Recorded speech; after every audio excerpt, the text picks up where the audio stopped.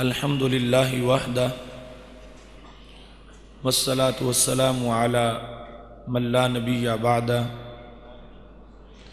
وعلی آلہ واصحابہ الذین اوفوا عہدہ اما بعد فاعوذ باللہ من الشیطان الرجیم بسم اللہ الرحمن الرحیم انزل من السماء ماء فسالت اودیۃ بقدرها فاحتمل السیل زبدا رابیا ومما یوقدون علیہ فی النار ابتغاء حلیۃ او متاع زبد مثلہ کذالک یضرب اللہ الحق والباطل فاما الزبد فیذهب جفاء وَأَمَّا مَا يَنْفَعُ النَّاسَ فَيَمْكُثُ فِي الْأَرْضِ كَذَلِكَ يَضْرِبُ اللَّهُ الْأَمْثَالَ صدق اللہ العظیم وصدق رسولہ النبی الکریم الامین ان اللہ وملائکتہ یصلون علی النبی یا ایہا الذین آمنوا صلوا علیہ وسلموا تسلیما الصلاۃ والسلام علیک یا سیدی یا رسول اللہ وعلی آلک واصحابک یا حبیب اللہ مولاي صل وسلم دائما ابدا على حبیبک خیر الخلق کلہم منزہ عن شریک فی محاسنہ فجوہر الحسن فیہ غیر منقسم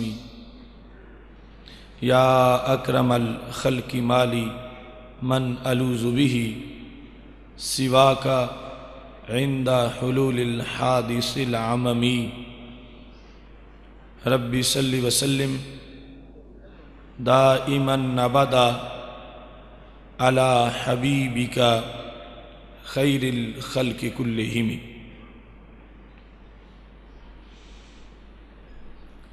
اللہ تبارک و تعالی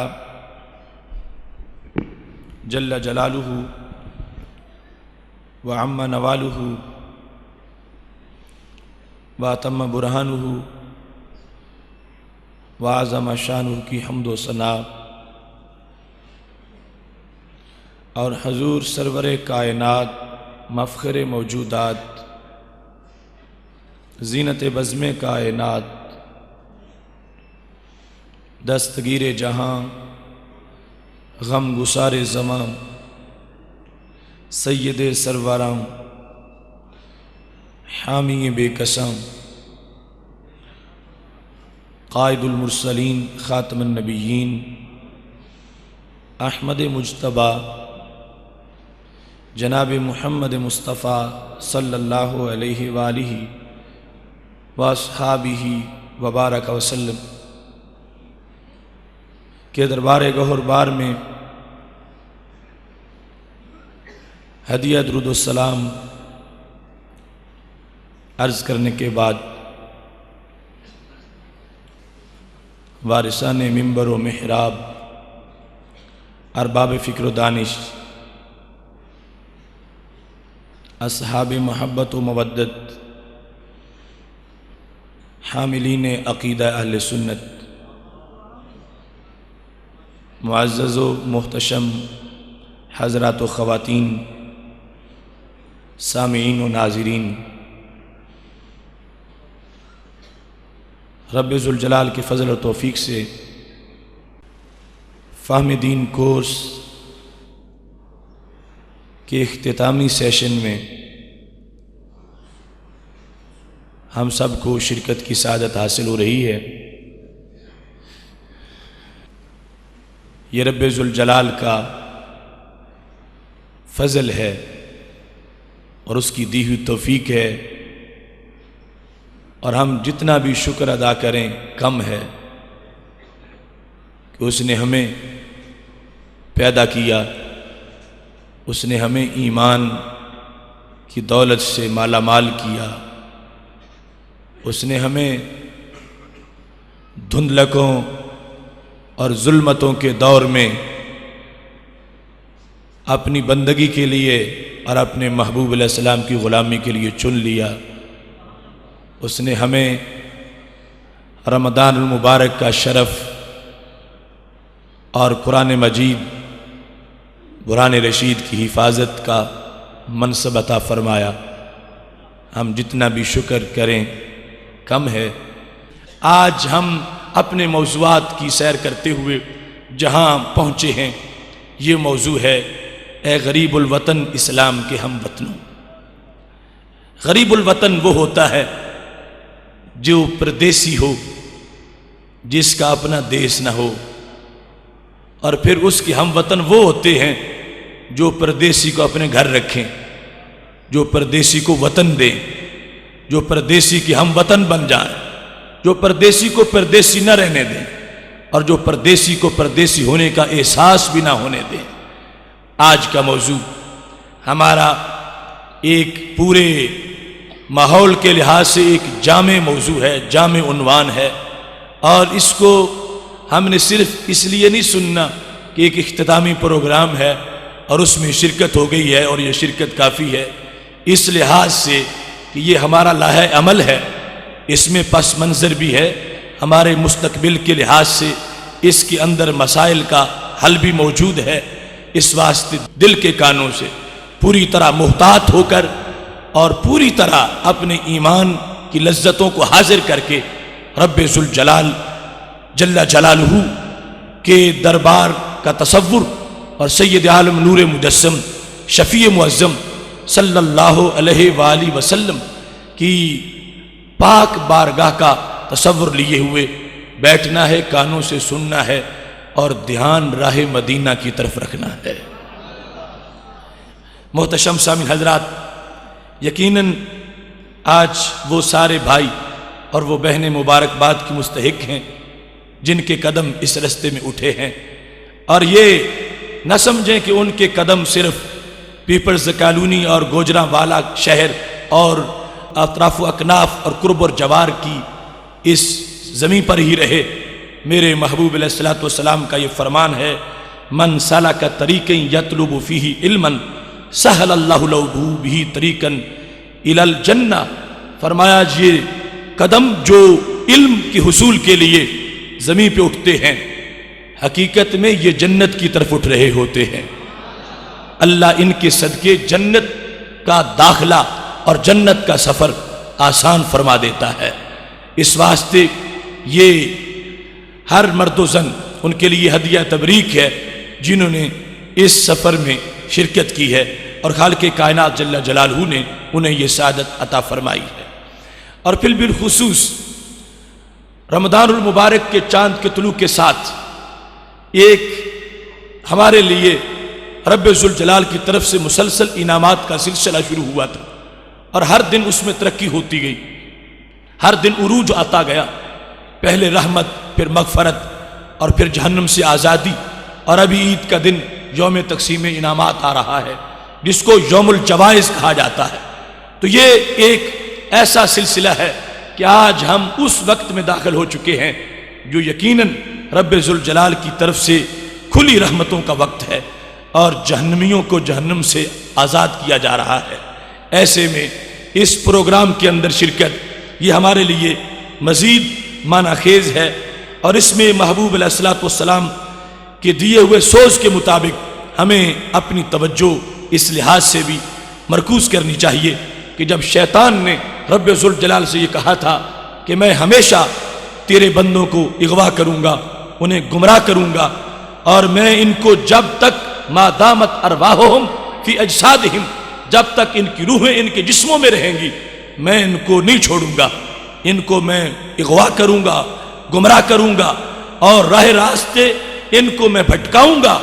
جس وقت شیطان نے رب ذوالجلال سے یہ کہا تھا تو ہمارے رب نے شیطان کے جواب میں یہ کہا تھا وَعِزَّتِي وَجَلَالِي وَارْتِفَاعِ مَكَانِي، شیطان سن لے، مجھے میری عزت کی قسم اور میرے جلال کی قسم اور میرے بلند مرتبے کی قسم، لا ازال اغفر لهم ما استغفرونی فرمایا تو انہیں ہمیشہ بھٹکانے کی کوشش کرے گا اور جہنمی بنانے کی کوشش کرے گا، جب تک جان رہے گی تو ان کو بھٹکائے گا، سن لے آخری سانس تک، جب بھی یہ اپنے گناہوں کی معافی مانگیں گے میں ان کو معاف فرما دوں گا۔ لہٰذا رب ذوالجلال کی طرف سے رحمت کے دروازے کھلے ہیں، بخشش کی ہوائیں چل رہی ہیں اور مغفرت کا دورہ ہے۔ اس واسطے ہمارا یہ پروگرام ان تمام مناسبتوں اور برکتوں کے لحاظ سے ایک بڑی ہی اہمیت کا حامل ہے۔ ایسے میں قرآن مجید برہان رشید کی جو آیت کریمہ میں نے تلاوت کی ہے، آغاز میں اس کا محض ترجمہ سماعت کر لیجئے۔ رب ذوالجلال ارشاد فرماتا ہے انزل من السماء ماء فسالت اودیہ، رب ذوالجلال نے آسمان سے پانی کو نازل کیا تو وادیاں بہہ نکلیں، اودیۃ بقدرہا، وادیاں اپنی اپنی گنجائش کے مطابق بہہ نکلیں۔ پس سیلاب نے فاحتمل السیل زبد الرابیہ، سیلاب نے اپنے اوپر ایک جھاگ کو اٹھایا ہے جو بلند اور اٹھا ہوا نظر آتا ہے، اور اس کے علاوہ اس سے جس پر لوگ آگ جلاتے ہیں اور زیور بناتے ہیں اور سامان بناتے ہیں، اسی طرح کا ایک جھاگ موجود ہے۔ ایسے ہی رب ذوالجلال حق اور باطل کی مثال بیان کرتا ہے، لیکن جھاگ پس وہ جلدی پھک ہو جائے گا، مٹ جائے گا، اور لیکن وہ چیز جو لوگوں کو فائدہ دیتی ہے وہ زمین میں باقی رہے گی۔ ایسے ہی رب ذوالجلال مثالیں بیان فرماتا ہے۔ محتشم سامعین حضرات، آج جس وقت ہم اپنے حالات کو دیکھتے ہیں اور مصائب میں گھری ہوئی امت کو دیکھتے ہیں اور ہر طرف سے یزیدیوں کے برستے تیروں کے اندر حسینی کارواں کو دیکھتے ہیں، تو محبوب علیہ السلام کا یہ فرمان سامنے آتا ہے۔ ہمارے پیغمبر اور تمام رسولوں کے رہبر حضرت محمد مصطفیٰ صلی اللہ علیہ وسلم کا یہ جملہ جامع ترمذی میں موجود ہے۔ ارشاد فرمایا ہے ان الدین بدأ غریبا، کہ میرا دین جب شروع ہوا تھا تو غریب تھا۔ غریب کا مطلب ہے پردیسی، اجنبی تھا، یعنی اس کے ماننے والوں کو لوگ اجنبی سمجھتے تھے، ان کے ماننے والوں کے پاس لوگ بیٹھنا پسند نہیں کرتے تھے، ان کو ادنا قرار دیتے تھے اور ان کو اپنے سے ہلکا سمجھتے تھے۔ پھر اسلام کو سطوت ملی، عظمت ملی، عروج ملا، وقار آ گیا۔ فرمایا وَسَيَعُودُ كَمَا بَدَا، پھر فرمایا وہ دن آ جائے گا، حالات ایسے پیدا ہو جائیں گے کہ میرا دین پھر اجنبی ہو جائے گا، غریب الوطن ہوگا، پردیسی ہوگا، اس کا کوئی گھر نہیں رہے گا، اس کا کوئی دیش نہیں ہوگا، اس کی کوئی سرزمین نہیں ہوگی، اس کا کوئی وطن نہیں ہوگا۔ ایسی صورتحال کے بعد فرمایا کچھ لوگ ایسے ہیں کہ جو میرے پردیسی دین کو اپنا گھر دیں گے، اپنا دل دیں گے، اپنا دماغ دیں گے، اپنا بدن دیں گے، اپنا شہر دیں گے، اپنے پاس رکھیں گے، اسلام کے ساتھ ایسا ربط قائم کر لیں گے کہ اسلام کو پردیسی محسوس نہ ہو، اسلام کو اپنی روح کے اندر جگہ دے دیں گے۔ فرمایا فَطُوبَى لِلْغُرَبَاء، اس وقت جو میرے دین کا ساتھی بن جائے گا، ہم وطن بن جائے گا، محبوب علیہ السلام فرماتے ہیں میں آج اس کو اپنی طرف سے مبارکباد دیتا ہوں، اس کو خوشخبری سناتا ہوں۔ اس وقت غریب الوطن اسلام کا جو ہم وطن بنے گا، سرکار فرماتے ہیں میں ان کو جنت کی بشارت دیتا ہوں، میں اپنی طرف سے ان کو نوید سناتا ہوں۔ اور وہ کون ہوں گے جو غریب الوطن اسلام کے ہم وطن کہلائیں گے؟ میرے نبی علیہ السلام فرمانے لگے هم الذین یصلحون ما افسد الناس من بعدی من سنتی، یہ وہ لوگ ہیں جو اس قدر راہ حق پر چلنے والے ہوں گے، اس قدر اسوہ حسنہ پر پابند ہوں گے اور اس وقت سنت مطہرہ کا جھنڈا لے کے چلنے والے ہوں گے۔ وہ صرف خود ہی سنت پر عمل نہیں کریں گے، وہ صرف خود ہی دین پر کاربند نہیں ہوں گے، جہاں جہاں بھی لوگوں نے سنت کو بگاڑا ہوا ہوگا، جہاں جہاں بھی لوگوں نے فساد پھیلایا ہوا ہوگا اور جہاں جہاں بھی لوگ دین کے خلاف حملے کر رہے ہوں گے، فرمایا میں ان کو جنت کی بشارت دے رہا ہوں جو اس غریب الوطن اسلام کے ساتھ مل کر دین کو نئی زندگی عطا فرما دیں گے۔ محتشم سامعین حضرات، آج جس وقت ہم اپنے حالات و واقعات کو دیکھتے ہیں اور پھر ادھر ہمیں فاران کی چوٹیوں سے ایک نغمہ سنائی دیتا ہے، وہ وقت جب پہلے بھی اسلام غریب تھا، اجنبی تھا، پردیسی تھا، آج بھی اسی طرح ہو گیا ہے۔ ہمیں وہ وقت دیکھ کر پھر آج سوچنا ہے کہ اس وقت اسلام پھر کیسے دیش میں آیا تھا، پردیسی کو دیش کیسے ملا تھا، پھر وہ گھر گھر میں کیسے آ گیا، پھر اس کو عظمت کیسے ملی اور اس کو وقار کیسے ملا تھا۔ تو محتشم سامعین حضرات، ایک بار ذرا چشم تصور ان حالات کی طرف کیجئے جب میرے نبی علیہ الصلوۃ والسلام نے اللہ کا پیغام سناتے ہوئے یہ اعلان کر دیا، لوگوں خدا ایک ہے اور میں اس کا نبی ہوں۔ اور یہ میں آپ سے کہوں گا، صرف اس لفظ کو، اس جملے کو اپنے کانوں تک نہ رکھیے، واقعی ایک بار نگاہیں بند کر کے وہ منظر تو دیکھیے جب ہرا سے میرے پیغمبر نیچے تشریف لا رہے تھے، اور جس وقت آپ نے بنجر زمینوں کے اندر یقین کی تخم ریزی کے لیے آپ نے اعلان حق کر دیا تھا، جب آپ نے سلگتے ہوئے ماحول کے اندر بہاروں کو آباد کرنے کے لیے اپنے ہاتھ میں حق کا پرچم لے کر تمام ظلمتوں کا سینہ چیرنے کے لیے نور اور ایمان کے چراغ روشن کر دیے تھے، تصور تو کیجئے اور پھر ناز اور فخر کیجئے اس عظمت پر، اتنا وہ پرانا سلسلہ آج اس کی تجلی ہمارے سینوں میں موجود ہے، جہاں سے آئی ہے، جب یہ دین چلا تھا، جب چشمہ پھوٹا تھا، جب سینے ابھی سیراب ہونے لگے تھے، جب حضرت صدیق اکبر رضی اللہ تعالی عنہ کا گلشن ابھی سیراب ہوا تھا، ابھی عمر فاروق کانٹوں کی نظر تھے۔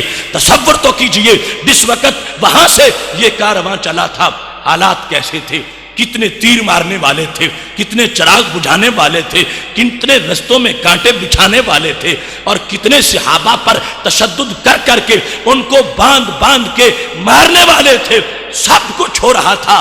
اس وقت غریب الوطن اسلام کا جو انداز تھا، ان ماننے والوں نے ہمت نہیں ہاری، آگے بڑھے ہیں۔ جس قدر بھی مصائب نے منہ کھول کے ان کو کھانے کی کوشش کی ہے، انہوں نے جواب میں یہی نعرہ لگایا ہے، برہم ہوں بجلیاں یا ہوائیں خلاف ہوں، کچھ بھی ہو اہتمام گلستان کریں گے ہم۔ انداز اس وقت جتنا عجیب تھا، رب ذوالجلال نے خود اس کی منظر کشی کی ہے۔ خالق کائنات ارشاد فرماتا ہے، ان الذین اجرموا کانوا من الذین آمنوا یضحکون، بے شک وہ لوگ جو مجرم تھے وہ مسلمانوں کو دیکھ کے ٹھٹھا کرتے تھے، مذاق کرتے تھے، استہزاء کرتے تھے۔ یہ کون تھا؟ ابو جہل، عتبہ و شیبہ۔ ان الذین اجرموا کانوا من الذین آمنوا یضحکون، حضرت بلال کو دیکھ کر یہ ٹھٹھا کرتے تھے، حضرت عمار کو دیکھ کر یہ مذاق کرتے تھے، صحابہ کی طرف دیکھ کر یہ مختلف قسم کی آوازیں کستے تھے۔ وَإِذَا مَرُّوا بِهِمْ يَتَغَامَزُونَ، جب پاس سے گزرتے تھے تو آنکھوں سے اشارے کرتے تھے۔ معاذ اللہ تذلیل کے لیے مختلف قسم کے انداز انہوں نے اپنا رکھے تھے۔ وَإِذَا انْقَلَبُوا إِلَىٰ أَهْلِهِمُ انْقَلَبُوا فَكِهِينَ، جب اپنے گھروں کی طرف لوٹ کے جاتے تھے تو بڑا خوشی کا اظہار کرتے تھے، دیکھو آج ہم نے کس طرح صدیق اکبر کی توہین کی، آج کس طرح ہم نے عثمان غنی کی توہین کی، آج کس طرح ہم نے بلال کی توہین کی، آج کس طرح ہم نے صہیب و عمار کی توہین کی۔ اس طرح معاذ اللہ ان عظیم شخصیات کا مذاق اڑا کر گھر جا کے جشن مناتے تھے۔ دیکھو یہ معاذ اللہ ادنا لوگ ہیں، ہم اعلیٰ لوگ ہیں۔ وَإِذَا رَأَوْهُمْ قَالُوا إِنَّا هَؤُلَاءِ لَضَالُّونَ، صحابہ کو دیکھ کے کہتے تھے کہ یہ گمراہ لوگ ہیں۔ دیکھو ہدایت والے صحابہ کو گمراہ کہہ رہے تھے، یہ انداز تھا۔ تصور کرو آج ہمارے لیے ایسی صورتحال تو نہیں ہے، لیکن اس سخت صورتحال کے اندر بھی صحابہ کے اعصاب جو ہیں وہ کمزور نہیں ہوئے کہ اب ہمیں معاشرے میں تانے ملتے ہیں ہم پیغمبر کو چھوڑ دیں۔ نہیں نہیں، ہر شخص جو ہے اس کا انداز اتنا قوی تھا کہ شراب عشق احمد میں کچھ ایسی کیف و مستی ہے کہ جان دے کر بھی ایک دو بوند مل جائے تو سستی ہے۔ سلسلہ چلتا رہا، حضرت بلال رضی اللہ تعالیٰ عنہ پہ تشدد، حضرت صدیق اکبر رضی اللہ تعالیٰ عنہ البدایہ میں ہے، آپ نے جب سب سے پہلی تقریر کی تھی اسلام کے حق میں، پہلا خطبہ تھا کعبہ کی فضا میں، آج ہمیں تقریر کرتے وقت کتنی آزادی ہے اور کس قدر ہمارے لیے سہولتیں ہیں۔ حضرت صدیق اکبر رضی اللہ تعالی عنہ نے جس وقت اس سلگتے ہوئے ماحول کے اندر یہ کہا، لوگوں خدا ایک ہے اور یہ میرے محبوب اللہ کے رسول ہیں، پاک محبوب علیہ السلام بھی تشریف فرما تھے، آپ پہ حملہ ہوا، اتنا تشدد ہوا، اتنا حضرت صدیق اکبر رضی اللہ تعالیٰ عنہ کو مارا گیا، ما یعرف وجہہ من انفہ، یہ نہیں پتا چلتا تھا کہ ناک کہاں ہے اور رخسار کہاں ہے، اس قدر چہرہ سوج گیا تھا، تشدد برداشت کیا۔ وہ زمانہ جب حضرت عثمان غنی رضی اللہ تعالیٰ عنہ نے کلمہ پڑھا تو چچے نے ان کو پکڑ لیا، باندھا اور کھجور کی چٹائیوں کے اندر بند کر کے پھر دھونی دی اور اس طرح ٹارچر کیا اور کہا عثمان چھوڑ دو ان کو، لیکن حضرت عثمان غنی رضی اللہ تعالیٰ عنہ مسلسل اپنے عہد وفا پر برقرار رہے، موجود رہے اور محبوب علیہ السلام کی عظمت کے ترانے گاتے رہے۔ وہ زمانہ جب حضرت ابو ذر غفاری رضی اللہ تعالیٰ عنہ دور سے محبتوں کے چراغ جلا کے آئے تھے کہ میں جاؤں اور میں کلمہ پڑھوں، جب مکہ شریف میں داخل ہوئے پوچھا این محمد صلی اللہ علیہ وسلم، وہ کہاں ہے، میں کلمہ پڑھنا چاہتا ہوں، تو قریش مکہ نے پکڑ لیا، اتنا مارا حضرت ابو ذر غفاری رضی اللہ تعالی عنہ بے ہوش ہو گئے۔ یہ ایمان قبول کرنے والے حضرات جو دور دراز سے آتے ہیں ان کے ساتھ ایسا سلوک کیا جاتا ہے۔ حضرت خباب رضی اللہ تعالی عنہ سے آس بن وائل نے زرہ بنوائی، جب آپ نے مزدوری مانگی، خباب لوہاروں والا کام کرتے تھے، تو کہنے لگا اس وقت تک نہیں دوں گا حتی تکفر بمحمد صلی اللہ علیہ وسلم، یہاں تک کہ اس نبی کو تو چھوڑ نہ دے، اگر چھوڑے گا تو پھر مزدوری دے گا، پھر میں مزدوری دوں گا۔ کیسے سخت حالات تھے، ایک مزدور کو مزدوری اس لیے نہیں دی جا رہی کہ یہ ماہ مدینہ کا نام کیوں لیتا ہے، یہ ان کی محبت میں تڑپتا کیوں ہے، اتنے سخت حالات تھے اقتصادی طور پر، معاشی طور پر، اور پھر خود رسول اللہ صلی اللہ علیہ وسلم سرکار مکہ شریف میں بیت اللہ کے پاس نماز پڑھ رہے ہیں، عقبہ بن ابی معیط نے آ کے گلے میں چادر ڈال لی۔ تصور تو کرو، اس سے بڑا بھی کائنات میں کوئی تشدد ہو سکتا ہے؟ وہ محبوب جن کے قدموں کو چومنے کے لیے عرش تڑپ رہا ہو، ان کے گلے کے اندر یوں چادر ڈال دی جائے اور کھینچا جائے۔ اس وقت بھی صدیق اکبر رضی اللہ تعالیٰ عنہ آگے بڑھے، جنہوں نے عقبہ بن ابی معیط کو سبق سکھاتے ہوئے اپنے محبوب علیہ السلام کی عظمت کا نعرہ لگایا۔ وہ سارے حالات ہماری چشم تصور کے سامنے ہیں جب ابو جال اور اس طرح کے کمینے لوگ ان حق پرستوں کے لیے بڑے بڑے مصائب کے پہاڑ ان کی طرف سے توڑے جا رہے تھے، ایسے میں بھی سید عالم نور مجسم شفیع معظم صلی اللہ علیہ وسلم، آپ اور آپ کے صحابہ میں سے کوئی ایسا نہیں تھا جس نے قدم پیچھے ہٹایا ہو، مسلسل استقامت کے ساتھ آگے بڑھے ہیں اور اس انداز میں آگے بڑھتے چلے گئے ہیں کہ بالآخر رب ذوالجلال نے اسی سفر پر عظمتوں کے ثمرات مرتب کر دیے، اور وہ اسلام جس کو اجنبی سمجھا جاتا تھا وہ ان لوگوں کے گھروں میں داخل ہو گیا۔ یہ ابو جال جس نے میرے نبی علیہ السلام پر اوجڑی ڈالی تھی اور تشدد کے لیے ہمیشہ تدبیریں کرتا تھا، سازشیں بناتا تھا اور کہتا تھا مکہ کی دھرتی میں اسلام نہیں رہنے دوں گا، اللہ نے اس کے گھر اسلام داخل کیا۔ اس کا اکرمہ بیٹا کلمہ پڑھ رہا تھا تو سرکار کی عظمتوں کے جھنڈے لہرا رہے تھے۔ ابو جال تو کہاں سے روکے گا، یہ تو تیرے گھر میں بھی داخل ہو گیا ہے۔ یہی عقبہ بن ابی معیط جس نے نبی علیہ السلام کی گردن میں معاذ اللہ پھندا ڈالا تھا، اس کی بیٹی ام کلثوم نے سرکار کی غلامی کا نعرہ لگا دیا تھا۔ جو لوگ روک رہے تھے تو یہ رک کیسے سکتا تھا؟ محبوب علیہ السلام کی استقامت پر بالآخر وہ وقت آنے لگا کہ یہ اجنبیت ختم ہو گئی اور اسلام اجنبی لوگوں کے گھروں میں داخل ہو گیا۔ اس میں سید عالم نور مجسم شفیع معظم صلی اللہ علیہ وسلم کے مزاج کا بڑا دخل ہے، اور سارا آپ ہی کا یہ اعزاز ہے۔ یہ صحابہ کو عظمت ملی، ساتھ وہ ساتھ شامل ہو گئے اور انہوں نے محبوب علیہ السلام کے ساتھ غلامی کا حق ادا کر دیا، وگرنہ میرے نبی علیہ السلام تنہا چاہتے تو پوری کائنات کو مٹھی میں بند کر کے چوٹی پر لا الہ الا اللہ کا جھنڈا لہرا دیتے۔ ان صحابہ کو جو ساتھ لیا ہے تو محبوب علیہ السلام انہیں بھی رب ذوالجلال کے دربار سے عظمتوں کے تاج دلوانا چاہتے تھے، ورنہ سرکار خود ارشاد فرماتے ہیں نصرت بالرعب، رب نے میری مدد رعب سے کی ہے، میرا اتنا روب ہے، نصرت بالرعب مسیرۃ شہر، 1 مہینہ دور میرے دشمن بیٹھے ہوئے مجھ سے یوں ڈرتے ہیں، یعنی جہاں بندہ چاہے تو مہینے کے پاس جا سکتا ہے، مہینہ لگتا ہے درمیان میں، لیکن فرمایا مجھ سے یوں ڈرتے ہیں جیسے منٹ سے پہلے میرا مکہ ان کو لگ جائے گا، جیسے میری تلوار کے نیچے ہوں۔ یہ روک دیا ہے میرے نبی علیہ السلام کو رب ذوالجلال نے۔ اور پھر اس میں باقاعدہ یہ ہمارے لیے ایک سبق ہے۔ آج جس وقت ہم کہتے ہیں اسلام دین بھی ہے، دولت بھی ہے، دین بھی ہے، دنیا بھی ہے، یہ نظریہ بھی ہے، یہ حکومت بھی ہے، یہ نظام کائنات ہے، یہ کائنات کے اندر صرف یہ ایسا دین نہیں جس کا تعلق مسجد کے ساتھ ہو، اس کا تعلق دکان سے بھی ہے، بازار سے بھی ہے، تھانے سے بھی ہے، کچہری سے بھی ہے۔ یہ جوانوں کی جوانیوں پر بھی حکومت کرتا ہے، نیل کے پانیوں پر بھی حکومت کرتا ہے۔ یہ ایک جامع دین ہے، اور اس میں باقاعدہ ایسا سبق ہے ہمارے نبی علیہ السلام کی طرف سے کہ جتنا کوئی ڈکٹیٹر ہو، کوئی عامل ہو، اور جس انداز میں کوئی اسلام کا رستہ روکنے والا ہو، اس کے ساتھ ٹکرانا اور لوگوں کو دنیاوی معاملات کے اندر اٹھا کے کھڑا کر دینا، یہ میرے محبوب علیہ السلام کی سنت اولین ہے۔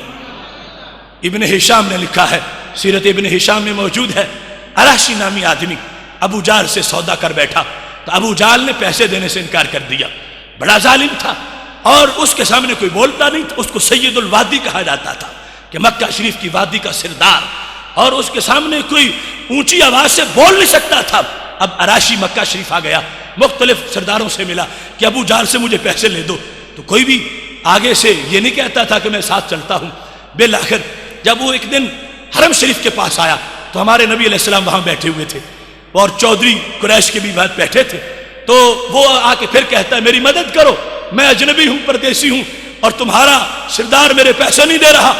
تو ایسی صورتحال میں انہوں نے جو قریش وہاں بیٹھے تھے بطور مذاق سرکار کی طرف اشارہ کر کے کہا یہ تمہیں پیسے لے دیں گے۔ ان کا مطلب یہ تھا کہ آپس میں ان کا تو بڑا آگ پانی والا معاملہ ہے، تو یہ سمجھتے تھے کہ یہ اجنبی ساتھ لے جائے اور ہمیں کچھ ہنسنے کا موقع مل جائے کہ کیسے ابو جال معاذ اللہ آگے سے توہین کرتا ہے۔ انہیں یہ پتہ نہیں تھا کہ یہ وہ شخصیت ہے کہ جن کے سامنے کسی کا چراغ نہیں جلتا، اور جن کے رعب سے پتھر بھی موم ہو جاتے ہیں، اور جن کی سوچ سے دریاؤں کے اندر ایسے انکشافات ہوتے ہیں قیامت تک، جن کے لیے کوئی حجابات سامنے نہیں آ سکتے۔ میرے محبوب علیہ السلام کے پاس جب جا کے اراشی نے کہا کہ میرا یہ معاملہ ہے، اب دیکھنا اسلام کا سماج کے ساتھ کتنا گہرا تعلق ہے، اسلام کا سوسائٹی کے ساتھ اور کمیونٹی کے معاملات کے ساتھ کیسا ربط ہے، اور کس قدر لوگوں کے مسائل کو حل کرنے والی سیاست جو ہے اسلام نے اپنے پہلے سبق میں رکھی ہے۔ میرے محبوب علیہ السلام سے جا کر جب انہوں نے یہ کہا کہ معاملہ یہ ہے کہ میں نے یہاں کاروبار کیا تھا، ابو جال میرے پیسے نہیں دیتا، اب معاملہ ایسا بن گیا ہے کوئی اس کے سامنے بولتا بھی نہیں ہے اور میرے پیسے بھی نہیں لے کے دیتا۔ اب میرے نبی علیہ السلام نے یہ نہیں کہا کہ بیرون سے آنے والے میں کلمہ صرف پڑھاتا ہوں، مجھ سے نماز کا مسئلہ پوچھ لو، روزے کی بات پوچھو، مجھ سے یہ احکام پوچھو، اگر تمہارا پیسہ کہیں پھنس گیا ہے تو میں کیسے نکال سکتا ہوں، یا میں تمہارے ساتھ نہیں جاؤں گا، ہرگز ایسا نہیں۔ اس نے ایک بار کہا، دوسرے لمحے سرکار تیار ہو گئے۔ سید عالم نور مجسم شفیع معظم صلی اللہ علیہ وسلم اب ایک اجنبی بندے کے ساتھ، دیکھو جو اجنبیوں کو یہ ریسپانس دیتے ہوں ان کے ہاں غلاموں کا مقام کتنا بڑا ہوگا، اور ان کے مسائل کے حل کرنے کا انداز کیا ہوگا۔ ایسی صورتحال کے اندر توجہ کیجئے، جس وقت وہ اراشی ابو جال کی طرف جانے کے لیے ہمارے محبوب علیہ السلام کو ساتھ لے کے نکلتا ہے، میرے نبی علیہ السلام چلتے ہیں۔ اب ایک ظالم کے سامنے جانا، ایک محلے کا وہ بدماش جس نے کمزور لوگوں کا ناک میں دم کر رکھا ہو، اس کے سامنے کھڑا ہونا، اور جو لوگ غاصب اور لٹیرے ہوں ان سے مظلوموں کی جاگیریں اور مظلوموں کے جو مسائل ہیں حل کرنے کے لیے ان کے ساتھ کھڑا ہونا، یہ بھی سنت نبوی اور یہ بھی محبوب علیہ السلام کے دین کا حصہ ہے۔ اب عرب کی وادی کا وہ ابو جال جس کے سامنے کوئی بولتا نہیں تھا، میرے نبی علیہ السلام ایک اجنبی کے ساتھ چلے گئے، اور وہاں جا کر جس انداز میں آپ نے بات کی ہے، اس نے قیامت تک اسلام کی اس پالیسی کو واضح کیا کہ اسلام کیسے بلندیاں دینے آیا ہے، اور اسلام کیسے نوازنے آیا ہے، اور اسلام کیسے مسائل کو حل کرنے کے لیے آیا ہے۔ اب یہاں صورتحال ایسی ہے کہ جس وقت محبوب علیہ السلام وہاں پہنچے، ابو جال کا جو ہی مکان آتا گیا، سید عالم نور مجسم شفیع معظم صلی اللہ علیہ وسلم نے زور سے جا کر دستک دی. زور سے جس وقت آپ نے اس کے دروازے کو کھٹکھٹایا تو وہ بڑا متعجب ہوا کہ میرا دروازہ آج تک کسی نے ایسا نہیں کھٹکھٹایا جیسے آج آواز آئی ہے. وہ سردار تھا، اس کے مختلف انداز تھے، آداب تھے. تو اس انداز میں جس وقت اس نے دروازہ کھٹکھٹایا ہے تو محبوب علیہ السلام کے دروازہ کھٹکھٹانے پر اندر سے وہ آیا اور بڑا پریشان تھا، چہرے کا رنگ اڑا ہوا تھا کہ پتہ نہیں میرے دروازے پہ آج کیا قیامت آ گئی ہے. جو ہی وہ آتا گیا تو میرے محبوب علیہ السلام نے فوراً اس سے بات کی ہے. اور پاک محبوب علیہ السلام کا انداز یہ تھا، جب اس نے اندر سے پوچھا تھا کہ من ھذا، یہ دروازے پہ کون ہے جس کو میرے آداب کا پتہ نہیں، اتنا زور سے دروازہ کھٹکھٹا رہا ہے. تو اندر سے جب اس نے یہ پوچھا تو میرے نبی علیہ السلام نے فرمایا محمد فاخرج الیہ، میں محمد ہوں صلی اللہ علیہ وسلم اور جلدی میرے دربار میں حاضر ہو جا. فاخرج الیہ، باہر نکلا. فخرج الیہ وما فی وجہہ من رائحہ، باہر نکلا تو لگتا تھا یہ جسم ہے، اس میں جان نہیں ہے، یوں رنگ اڑا ہوا تھا. قریش نے باقاعدہ ساتھ ایک مبشر بھی بھیجا تھا اپنا کہ تم دیکھو تماشا کیا لگتا ہے، یہ جائیں گے، وہ بڑا کھڑ مزاج ہے، وہ آگے سے پڑ جائے گا، معاملہ بڑا عجیب ہو جائے گا. لیکن اب جس وقت انہوں نے دیکھا ہے تو صورتحال کیا ہے کہ یوں رنگ اڑا ہوا ہے. ابو جہل جس وقت باہر نکلا، میرے محبوب علیہ السلام نے آتے ہی اس کو یہ فرمایا آتے حاضر رجل حق کا، اس بندے کا حق دو، یہ جو میرے ساتھ آیا ہے اس کا حق دو. اب ابو جہل وعدہ کرتا 2 دن کا 4 دن کا، یا کہتا کچھ دیتا ہوں کچھ بعد میں دوں گا، یا کوئی بات ہی آگے سے کرتا، اس کی مجال نہیں تھی. اس طرح سہم گیا، اتنا ڈر گیا، کہتا صرف مجھے ایک بار گھر داخل ہونے دو، میں دوبارہ باہر نکلتا ہوں. گھر گیا اور سارے پیسے لے کر اس بندے کے واپس آ گیا اور اس کو دے کر اس نے اپنی طرف سے اپنے دامت کا بھی اظہار کیا اور اتنا سہما ہوا تھا. اب جس وقت یہ آراشی پھر کعبہ کے پاس گیا، وہ دوسرے سردار انتظار کر رہے تھے کہ پتہ چلتا ہے کہ کیا ہوا ہے. اس نے کہا ایسا بڑا حوصلہ میں نے کسی کا نہیں دیکھا جتنا بڑا حوصلہ اس انسان کا ہے، میرے ساتھ گیا ہے، میرا کام بن گیا ہے. قریش کو انتظار تھا کہ یہ آ کے کوئی چگلی کرے گا، یہ کہے گا، یہ تو بول نہیں سکے تھے، لیکن معاملہ بالکل برعکس نکلا. ان کو شک ہوا کہ شاید یہ صحیح نہیں بول رہا. اپنے مبشر کو بلایا، تم بتاؤ کیا ہوا؟ اس نے کہا وہ کچھ ہوا جو کبھی نہیں ہوا. ہم جس کے سامنے سہمے رہتے ہیں وہ ان کے سامنے گیدڑوں کی طرح پیش ہوا ہے. باہر آیا ہے، لگتا تھا اس میں جان ہی نہیں ہے. اتنے میں ابو جہل بھی آ گیا. سرداروں نے کہا تمہیں کیا ہوا؟ ہمارے سامنے بڑے اکڑتے ہو اور ہمیں بولنے نہیں دیتے. آج تم نے اس انداز میں یہ ذلت برداشت کیوں کی ہے؟ تو کہنے لگا اصل میں بات یہ ہے، جب انہوں نے دروازہ کھٹکھٹایا تھا اور میرے کانوں میں آواز پڑی تھی، ڈر تو میں اسی وقت گیا تھا، لیکن جب میں باہر آیا تو میں نے دیکھا ان کے سر کے ساتھ ایک اتنا بڑا اونٹ مجھے نظر آیا کہ اگر میں تھوڑا سا بھی جھجک کرتا، تھوڑا سا بھی رکتا، اس اونٹ کا ایک ہی لقمہ بنتا. اور مجھے ڈرا رہا تھا، اس واسطے میں نے فوراً اس میں اپنی عافیت سمجھی ہے کہ پیسے دوں اور اپنی جان بچا لو. یہ اب صورتحال بدل رہی تھی کہ جس وقت سید عالم نور مجسم شفیع معظم صلی اللہ علیہ وسلم نے اپنی اس حکمت عملی سے، اپنی جرأت سے، اپنی استقامت سے اور اس انداز کے اپنے بلند حوصلے کے ساتھ جس وقت محبوب علیہ السلام اپنے کارواں کو لے کے آگے چلے ہیں، تو اس میں ایک مضبوط جو انداز تھا صحابہ کا وہ بھی ساتھ شامل ہوا. رب ذوالجلال نے آہستہ آہستہ غریب الوطن اسلام کو اپنا وطن عطا فرما دیا. اس سے سلسلہ جس وقت آگے پہنچا تو انداز بڑا عجیب تھا. اب پھر عروج کا زمانہ ہے. بدر میں کفار کو ضربیں لگیں، احد میں کچھ معاملہ مساوی رہا. پھر جا کے آگے جس وقت خندق میں ان کو پھر شکست ہوئی، اب ان کے حوصلے ہارے، بیعت رضوان کے معاملے میں سروں پر مجبور ہوئے. اور پھر اس کے بعد ابھی مدت ختم نہیں ہوئی تھی، وہ سمجھتے تھے کہ مدت بڑھائی جائے. ابو سفیان ابھی کافر تھے، رابطہ کیا کہ مزید مدت بڑھا دی جائے، مگر نبی علیہ السلام نے فرمایا مدت نہیں، اب ہماری تلواریں تمہارے لیے ہوں گی. پھر فتح مکہ ہے، پھر عروج کا، یہ حصی عروج کا زمانہ ہے.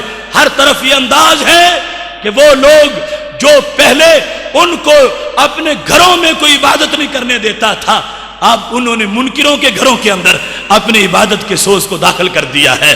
جس وقت ان کی آواز پر بظاہر محلے والے لبیک نہیں کہتے تھے، اب دور دراز تک کائنات کا ہر ذرہ ان کی آواز پہ لبیک کہتا جا رہا ہے، اور رب ذوالجلال نے ان کی قربانیوں کو ایک عروج عطا فرمایا ہے۔ ایسے میں ہنسی منظر وہ بھی ہے جس وقت کسریٰ کی فوج 40,000 کی تعداد میں نکلی، اور ادھر سے حضرت مغیرہ بن شعبہ رضی اللہ تعالی عنہ مقابلے میں ہے۔ بخاری شریف میں ہے جب دور فاروق اعظم رضی اللہ تعالی عنہ اور فتوحات کا سلسلہ تھا، جس وقت فوجیں آمنے سامنے ہو گئیں تو اس نے کہا کہ تم اپنا تعارف کرواؤ، تم کون لوگ ہو؟ کسریٰ کے گورنر نے اور اس کے کمانڈر نے کہا تعارف کرواؤ ہم سے لڑنے والوں، تم ہو کون؟ کہاں سے آ کے ہمارے گھر تم آگ برسانا چاہتے ہو؟ اپنا تعارف تو کرواؤ۔ حضرت مغیرہ بن شعبہ نے کہا سنو، یہ تعارف ہے ہمارا، نحن اناس من العرب، ہم عرب کے لوگ ہیں، کننا فی شقاء شدید، ہم پرلے درجے کے بدبخت تھے، کننا فی شقاء شدید، ایک وقت تھا ہم پرلے درجے کے بدبخت تھے، بلاء شدید، مصیبتوں نے ہمیں گھیر رکھا تھا، نمس الجلد، ہم چمڑے چوسنے والے تھے، ادنا قسم کے لوگ، کھالنے اور چمڑے چوس کے ہم گزارے کرتے تھے، والنوا من الجوع، بھوک کی وجہ سے ہم گٹھلیاں چوستے تھے، یہ ہماری صورتحال تھی، ونلبس الوبر والشعر، ہم جانوروں کے بال اور اس طرح کی چیزیں اکٹھی کر کے اپنے بدن ڈھانپتے تھے، یہ ہماری صورتحال تھی، ونعبد الشجر والحجر، ہم کسی درخت کو سجدہ کر لیتے تھے، کسی پتھر کو سجدہ کر لیتے تھے، یہ ہماری صورتحال تھی، نہایت ہی بدبخت ہم، مگر ایک ہی آواز اٹھی،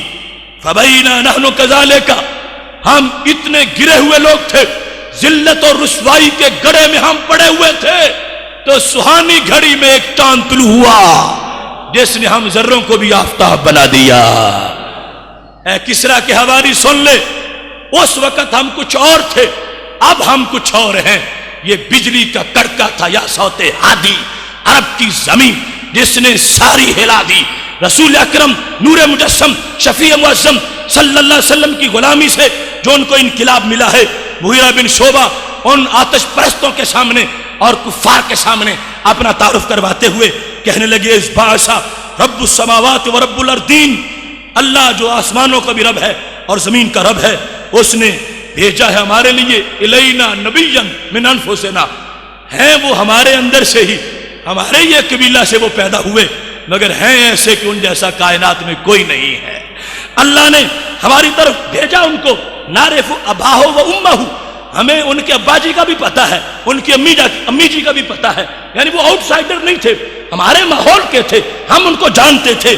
وہ جس وقت آئے ہیں تو انہوں نے ہمیں جو انداز دیا ہے، اس انداز نے ہمیں پوری کائنات میں بلندیاں عطا فرما دی ہے۔ اب دیکھنا اس اسلام کا انداز کہ جس کے ماننے والوں کو کبھی رسیوں سے باندھ کے دھوئیں دیے جاتے تھے، اس اسلام کا انداز کہ جس کے ماننے والوں کو لٹا کر سینے پہ پتھر رکھ دیے جاتے تھے، اب کیا انداز بنا ہے۔ حضرت مغیرہ بن شعبہ کسریٰ کے اس گورنر اور کمانڈر کے سامنے فارس کے ان آتش دانوں کے اندر ایمان کی روح پھونکنے کے لیے جو تقریر کر رہے تھے جنگ کرنے سے پہلے، اس کے لفظ بڑے عجیب ہیں۔ کہنے لگے ہمارا نبینا، ہمارے نبی علیہ السلام نے ہمیں یہ حکم دے دیا ہے، اور امرانا، انہوں نے ہمیں یہ اس بات پر متوجہ کیا ہے، ان نقاتلکم، ہم تم سے لڑیں گے، ہم تمہیں ماریں گے، ہم تمہاری گردنیں توڑیں گے۔ کب تک؟ حتی تعبد اللہ، جب تک تم ہمارے رب کو سجدہ نہیں کرتے، ہم تمہیں تلواروں سے سیدھا کریں گے، ہم تم سے جہاد کریں گے، یا تو تم عبادت کرو، یا او تعد الجزیہ، یا پھر اس طرح جھکتے ہوئے آ کے ہمیں جزیہ دو اور اپنی ذلت کو تسلیم کرو، ہم پھر تمہیں چھوڑیں گے، حکومت ہماری ہوگی، راج ہمارا ہوگا، سلطنت ہماری ہوگی، اور پھر تم ایک ذمہ کے طور پر اس میں رہ سکو گے، اور یہ انداز ہوگا کہ تمہیں جزیہ دیتے وقت باقاعدہ اپنی ذلیل حالت کے اندر آ کے ہمیں جزیہ دینا پڑے گا۔ یہ دو صورتیں ہیں، ان کے سوا تیسری بات ہمارے لیے کوئی بھی منظور نہیں ہوگی۔ اب یہ انداز جو حضرت مغیرہ بن شعبہ کا ہے، وہ اسلام جو مکہ شریف سے راتوں رات نکلا تھا اور مدینہ شریف اس نے حکومت بنا لی تھی، اور پھر اس نے غزوات سے اپنا لوہا منوایا تھا۔ آج نبی علیہ السلام اگرچہ دنیا سے چلے بھی گئے ہیں، مگر دیا ہوا جذبہ اور سرکار کی جو نظر ہے وہ صحابہ کے ساتھ ہے۔ اس انداز میں حوصلے بلند ہیں، کہنے لگے اگرچہ تم 40,000 ہو، ہم تھوڑے سے ہیں، مگر تمہیں چھوڑیں گے نہیں، اس واسطے کہ ہمارے نبی علیہ السلام نے جو ہمیں رستہ دکھایا ہے اس رستے میں ہر طرف اجالے ہی اجالے ہیں۔ عروج کا یہ فلسفہ جو حضرت مغیرہ بن شعبہ نے بیان کیا ہے، اس کے اندر انہوں نے جو جملہ بولا، کہنے لگے دو ہی صورتحال ہیں اور تیسری کوئی نہیں، یا ہم تم سے لڑ کے شہید ہو جائیں گے یا باقی رہ جائیں گے، اس کے سوا تو کچھ نہیں کہ ہم بھاگیں، ہم کو کمپرومائز کریں، نہیں۔ اور یہ دونوں ہی ہمارے لیے بڑے عظیم راستے ہیں۔ کہنے لگے ہمارے نبی علیہ السلام نے ہمیں ضمانت دی ہے، من قتل منا سار الی الجنہ، کہ جو ہم سے شہید ہوگا وہ جنتی ضرور ہوگا۔ ہمارے سامنے گارنٹی ہے۔ یہ ہوتا ہے قیادت پر اعتماد، اور یہ ہے امت کا ماننے کا طریقہ کہ وہ ایسے کچی لسی والا عقیدہ نہ رکھے کہ پیغمبر کہیں تم شہادت دو میں جنت دوں گا، وہ کہے تم کیسے جنت دے سکو گے، جنت تو رب ہی دیتا ہے اور وہ ہم سے بات نہیں کر رہا، بات تم کر رہے ہو، اور آپ پر ہم اعتماد کیسے کریں؟ آپ کی مٹھی میں کوئی جنت ہے؟ آپ تو کوئی دے نہیں سکتے۔ اگر یہ دین سمجھنے کا طریقہ ہوتا تو کبھی بھی اسلام کا انقلاب نہ آتا۔ صحابہ نے کافروں کی گردنیں اس لیے توڑی ہے، کہنے لگے ہمارے ساتھ سرکار نے طے کر لیا ہے، تم جیتے رہو گے پھر غازی ہو، اور اگر تم شہید ہو جاؤ گے جنت تمہاری ہے۔ وعدہ سرکار کر رہے ہیں، سرکار کی زبان پہ اعتماد نہ ہوتا اور سرکار کے دینے پر اعتماد نہ ہوتا تو ہرگز کبھی یہ انقلاب نہ آتا۔ ماننے کا انداز یہ ہے، صحابہ نے نبی علیہ السلام سے بات کیا، رب سے بات نہیں کی، اور سرکار سے بات پر انہوں نے اب آگے دیکھنا شروع کر دیا ہے اور کہا ہے اے کسرا والو سن لو، ہمارے دو ہی اصول ہیں اور دو فیصلے ہیں، یا ہم شہید ہو جائیں گے یا ہم بچ جائیں گے۔ اگر شہید ہو گئے ہمارا نقصان نہیں، تجھے وہ شاخ سے توڑیں زہے نصیب تیرے کہ تڑپتے رہ گئے گلزار میں رکیب تیرے۔ ہر بندہ شہادت نہیں پا سکتا، ہم شہید ہو گئے تو جنتی ہیں، اور اگر ہم باقی رہ گئے تو کیا ہوگا؟ یہ جملہ آخری یہ عروج کا سب سے بڑا مضمون ہے۔ یہ نہیں فرمایا کہ ہم بچ گئے تو ہم مسجد میں بند ہو کے بیٹھ جائیں گے، ہم بچ گئے تو ہم کسی چلے میں رہیں گے، ہم بچ گئے تو صرف وظیفہ کریں گے، نہیں۔ حضرت مغیرہ بن شعبہ نے ان کافروں کے سامنے آنکھوں میں آنکھیں ڈال کر کیا کہا؟ فرمایا جو مم باقی یا منا، جو ہم سے بچ گیا وہ گھر نہیں بیٹھے گا، مالا کا رکابکم تمہاری گردن پہ سوار ہو کے رہے گا، مالا کا رکابکم وہ تمہاری گردنوں کا مالک بن کے رہے گا۔ جو ہم سے شہید ہوا جنتی ہے، اور جو ہم سے بچ گیا وہ تمہاری گردنوں پر سوار ہے۔ لہٰذا تم یہ نہ سمجھو کہ ہم تجھے چھوڑ جائیں گے اور ہم تجھے معاف کر دیں گے، ہم اپنا کام پورا کریں گے۔ اب یہ ہے اسلام کے عروج کا وہ زمانہ کہ جس وقت حضرت فاروق اعظم کے سائے سے ادھر شیطان بھی کانپتا ہے، ادھر کیسر و کسرا کی حکومتیں بھی کانپ رہی ہیں۔ اس واسطے انہوں نے رب کے ساتھ وفا کی ہے، اللہ نے ان کو زمانے میں عروج عطا فرما دیا ہے۔ یہ صورتحال جس وقت آگے بڑھی ہے، پھر عہد غربت کی واپسی شروع ہو گئی، اجنبیت کا زمانہ پھر واپس آنے لگا، اور میرے نبی علیہ السلام نے مطلع پہلے فرما دیا، اور اس کا یہ مقصد تھا کہ تم روکنا، غربت نہ آئے، اجنبیت نہ آئے۔ سرکار کا فرمان ہے یذهب الصالحون الاول فالاول، فرمایا یہ صالحین جن کو میں نے تیار کیا ہے کہ زمانہ جھک جاتا ہے، یہ نہیں جھکتے، یہ بولیں تو پتھر پگھل جاتے ہیں، یہ تلواریں چلائیں تو فولاد جو ہیں وہ موم ہو جاتے ہیں۔ یہ جن لوگوں کو میں نے پالا ہے، فکری طور پر تیار کیا ہے، یہ آہستہ آہستہ دنیا سے اٹھ جائیں گے، آہستہ آہستہ پھر ان کو دیکھنے والے اٹھ جائیں گے، پھر ان کے دیکھنے والوں کو دیکھنے والے اٹھتے چلے جائیں گے۔ اس طرح کر کر کے پھر نیک لوگ چلے جائیں گے، کیا ہوگا؟ تب کا حفالہ پیچھے چھان رہ جائے گا، کا حفالت الشعیر اب التمر، جس طرح جو کا چھان ہوتا ہے یا کھجوروں کا چھان، یعنی ردی کھجوریں ہوتی ہیں، اس انداز میں لا یبالہم اللہ بالا، اللہ ان کا کوئی لحاظ ہی نہیں کرے گا۔ کیوں؟ ایک وقت وہ ہے جو نبی علیہ السلام نے خود فرمایا ہے، جب فوجیں آمنے سامنے ہوں گی تو اعلان ہوگا حل فیکم من صاحب رسول اللہ صلی اللہ علیہ وسلم، کیا پوری فوج میں کوئی ایسا ہے کہ جس نے نبی علیہ السلام کو دیکھا ہو؟ کہا جائے گا یقال نعم، ایک بندہ ایسا ہے، فیفتح لہم، اس ایک کی برکت سے سب کو فتح مل جائے گی۔ پتہ چلا اس ایک کا اللہ نے لحاظ رکھا ہوا ہے، اوروں کا وہ لحاظ نہیں جو اس ایک کا ہے۔ اور پھر جنگ ہوگی، فرمایا حل فیکم من صاحب اصحاب رسول اللہ صلی اللہ علیہ وسلم، کیا تم میں کوئی ایسا ہے جس نے سرکار کی صحبت تو نہ پائی ہو لیکن سرکار کے صحابہ کو دیکھا ہو؟ یقال نعم، کہا جائے گا ایک ہے، فیفتح لہم، اس کی برکت سے فتح ہو جائے گی، پھر اس کو دیکھنے والے کی برکت سے بعد میں فتح ہو جائے گی۔ فرمایا ان لوگوں کا رب کے دربار میں لحاظ بڑا ہے، ان کے ہوتے ہوئے کام چلے گا، لیکن جب ایسے لوگ اٹھ جائیں گے اور پیچھے عمومی طور پر کیا چھان رہ جائے گا، لا یبالہم اللہ بالا، اللہ ان کا کوئی لحاظ ہی نہیں کرے گا۔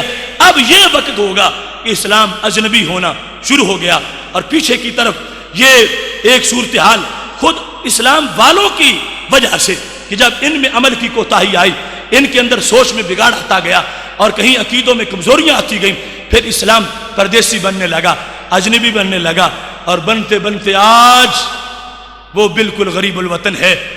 آج پوری روئے زمین پر ایک چپا بھی دکھا سکتے ہو جہاں اسلام کی حکومت ہو، اسلام کا راج ہو، اسلام نافذ ہو، وہ دین جس کو نبی علیہ السلام نے اپنا لو دیا اور جس کو صحابہ نے جاننے دی، بدر حنین جس کے لیے منعقد ہوئے، آج وہ دین کہاں ہے؟ اس کا گھر کہاں ہے؟ اس کا دیش کہاں ہے؟ اس کا مسکن کہاں ہے؟ اس کا ٹھکانہ کہاں ہے؟ اس کا نظام شریعت کہاں رائج ہے؟ اس کا نظام تجارت کہاں رائج ہے؟ اس کا نظام عدالت کہاں رائج ہے؟ ارے پوری دنیا سے بڑھ کر تو یہی سلطنت ہے پاکستان کی، جو لا الہ الا اللہ محمد الرسول اللہ کے نعرے پہ بنی ہے۔ اس میں کہاں اسلام ہے؟ اس کے تھانے، اس کی کچہریاں، اس کے بازار، اس کی دکانیں، نظام تجارت، نظام معیشت، نظام معاشرت، سب کچھ انگریزوں کے کہنے پر، انگریزوں کے اشارے پر۔ تو اسلام تو اس طرح نہیں آیا تھا کہ صرف وہ زبان کا کلمہ رہے اور باقی کام شیطانوں والے ہوں، نہیں نہیں، وہ تو گھر چاہتا ہے، دل چاہتا ہے، دماغ چاہتا ہے، بدن چاہتا ہے، رات چاہتا ہے، زمین پر، مسجد کے اندر، مسجد کے باہر۔ لہذا آج ہم اسلام کی کوئی جگہ دکھانے سے جب قاصر ہیں تو اس سے بڑی ندامت کیا ہوگی؟ اتنے مسلمان OIC 57 اسلامک کنٹریز، مگر ایک بھی اسلامی ماڈل سلطنت نہیں ہے، ایک بھی نہیں ہے۔ اگر کوئی سعودی حکومت کو سمجھتا ہے اس کی غلط فہمی ہے، جتنا وہاں شریعت پہ حملے ہو رہے ہیں اور شریعت کا قتل عام ہو رہا ہے، شاید کسی اور حکومت میں نہ ہو، جہاں پر شہزادوں کو چھوڑ دیا جاتا ہے اور شہزادوں کی اطاعت میں آئی ہوئی اونٹنیوں کو ذبح کر دیا جاتا ہے اور مار دیا جاتا ہے، وہ جہاں اپنے ان کے جو ہیں بنگلے وہ کعبہ سے اونچے جا رہے ہیں اور قبروں پر انہوں نے بلڈوزر چڑھائے ہوئے ہیں، وہاں کی شریعت اور اپنی خود ساختہ شریعت ہے۔ اس وقت روئے زمین پر اسلام منتظر ہے، کون مجھے دیس دے گا، کون مجھے گھر دے گا؟ یہ صورتحال آج اس غریب الوطن اسلام کا یہ انداز کہ یہ غریب ہے، اجنبی ہے، پردیسی ہے۔ اگر تمہیں اس پر یقین نہیں تو پھر مجھے یہ بتاؤ، آج کیا پیرس میں مساجد پر یہ نہیں لکھا گیا اسلام گو ہوم، اسلام گھر جائے، اسلام یا نہ رہے؟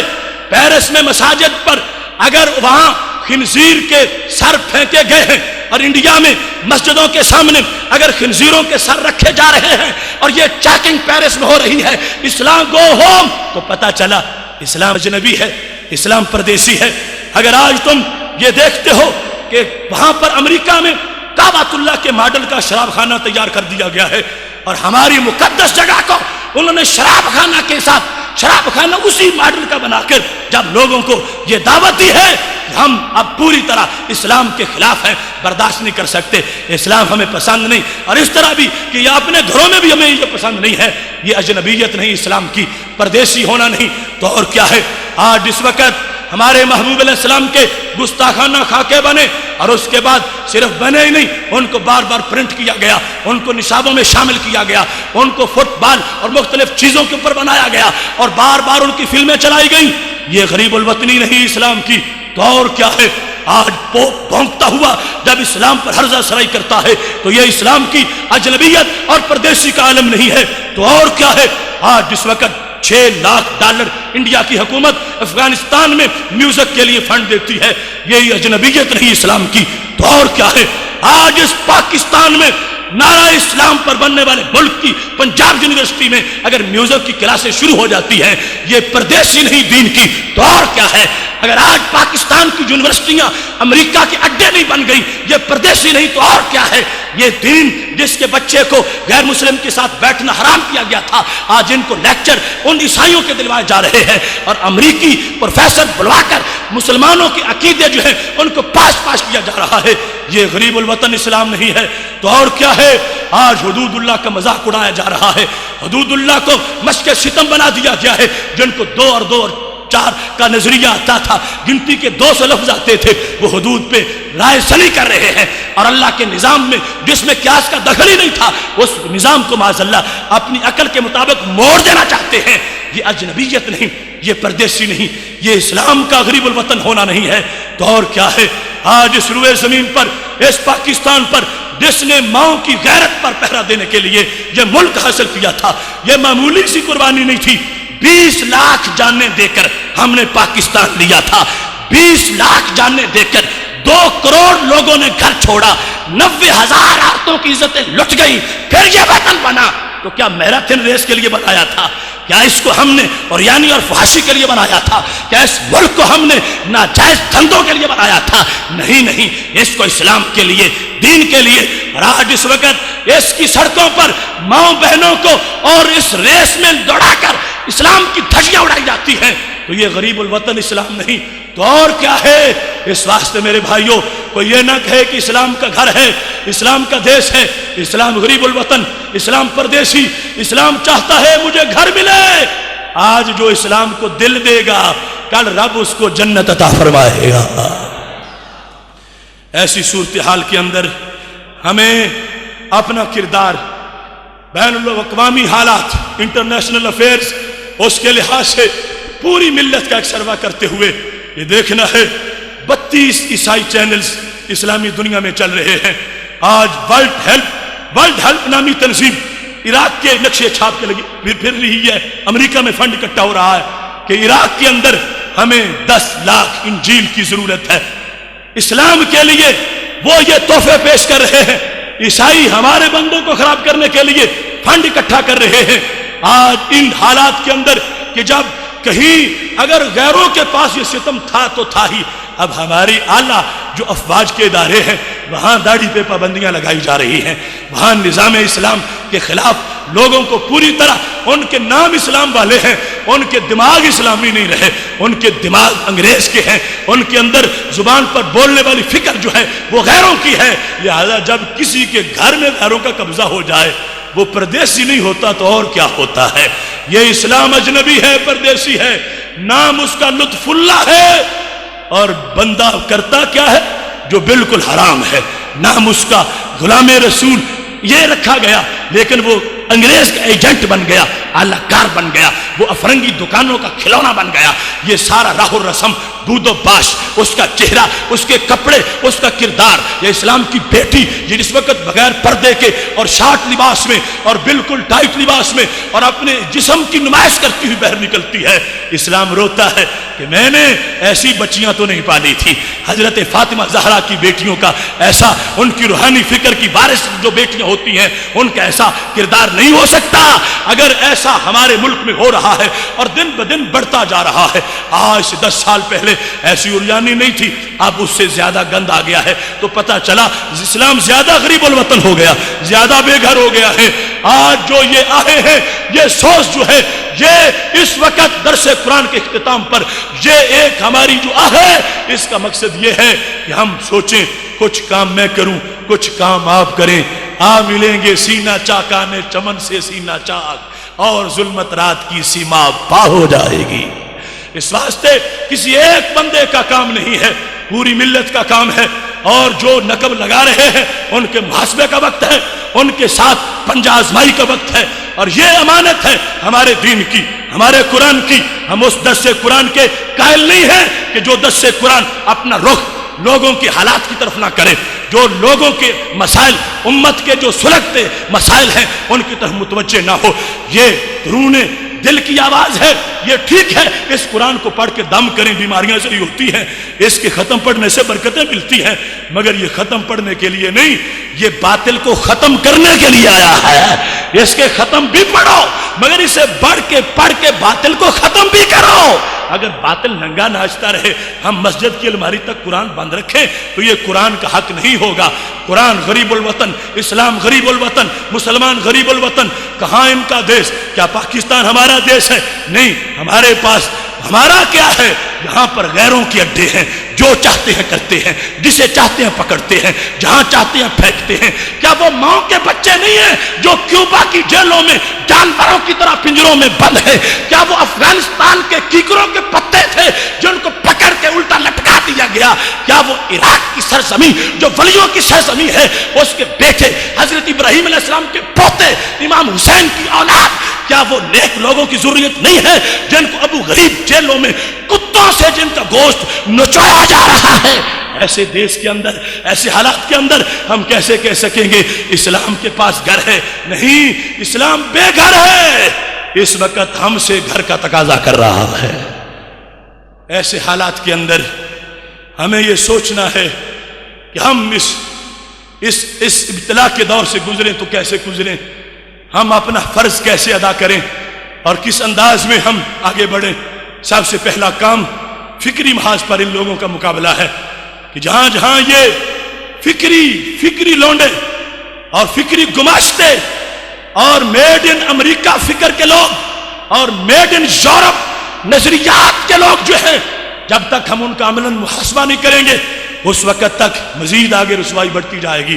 اس واسطے خواہ وہ لوگ حکومت میں ہے، خواہ وہ کسی سیاسی پارٹی میں ہے، خواہ وہ ڈیموکریٹک پارٹیوں کے اندر ہے یا وہ بیوکریسی کے اندر لوگ ہیں، جہاں بھی امریکہ، برطانیہ، اسرائیل اور انڈیا کے گٹروں میں پلنے والے کیڑے اگر ہماری کرسیوں کو چمٹے ہوئے ہیں تو ہمیں یہ سوچنا چاہیے کہ یہ ملک کے اندر نظریہ کی بقا کے لیے خطرناک ہیں. اس واسطے نظریاتی طور پر ہمیں قرآن کا یہ درس ہے کہ ہم اس ملک کو پاک کرنے کے لیے ان پلید لوگوں کے خلاف اپنے نور قرآن کو عام کر دیں. اس واسطے یہ تحریک آج سے نہیں، صدیوں سے چلی ہے. اور پھر بالخصوص آج مجھے علامہ اقبال کا وہ پیغام یاد آتا ہے، کہنے لگے سوالے میں نہ کروں ساقیے فرہنگ سے میں، سوالے میں نہ کروں ساقیے فرہنگ سے میں. یہ طریقہ رندان پاک باز نہیں. کیوں ان سے پوچھیں، کیوں ان سے لیں، کیوں ان سے مانگیں؟ کیا ہمارے پاس کچھ نہیں؟ کیا اسلام کی دکان خالی ہے؟ کیا اسلام کے پاس کچھ نہیں؟ نہیں، اسلام کے پاس ہی سب کچھ ہے، صرف دھیان اسلام کا کرنے کی ضرورت ہے. غیروں کی گندی دکانوں سے گندا سودا مسلمان کیوں خریدے؟ نظریے کا گندا سودا، زندگی گزارنے کا گندا سودا. جس کے پاس اتنا سچا قرآن ہو وہ جھوٹے لوگوں کے جھوٹے قانون بنا سمجھے تو کیوں سمجھے، مانے تو کیوں مانے. اس واسطے قرآن مجید برہان رشید کی طرف متوجہ ہوتے ہوئے آج کی حالات سمجھو. اقبال ایک دن شالامار میں گئے، شالامار باغ میں گئے، خزاں کا موسم تھا اور عید آئی ہوئی تھی. جیسے قدرتی اب زمانہ ہے، چونکہ اب خزاں ہی آگے دہلیز پر ہے، عید کا زمانہ ہے، تو کسی نے اقبال سے کہا عید کے بارے میں خوشی کی نظم لکھو، عید بڑا خوشی کا موقع ہوتا ہے.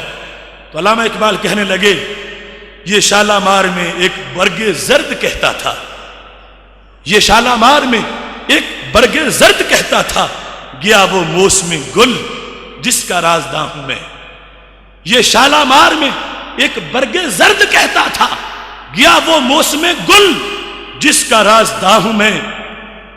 پائمال نہ کریں مجھ کو زائران چمن، انہی کی شاخ نشیمن کی یادگار ہوں میں.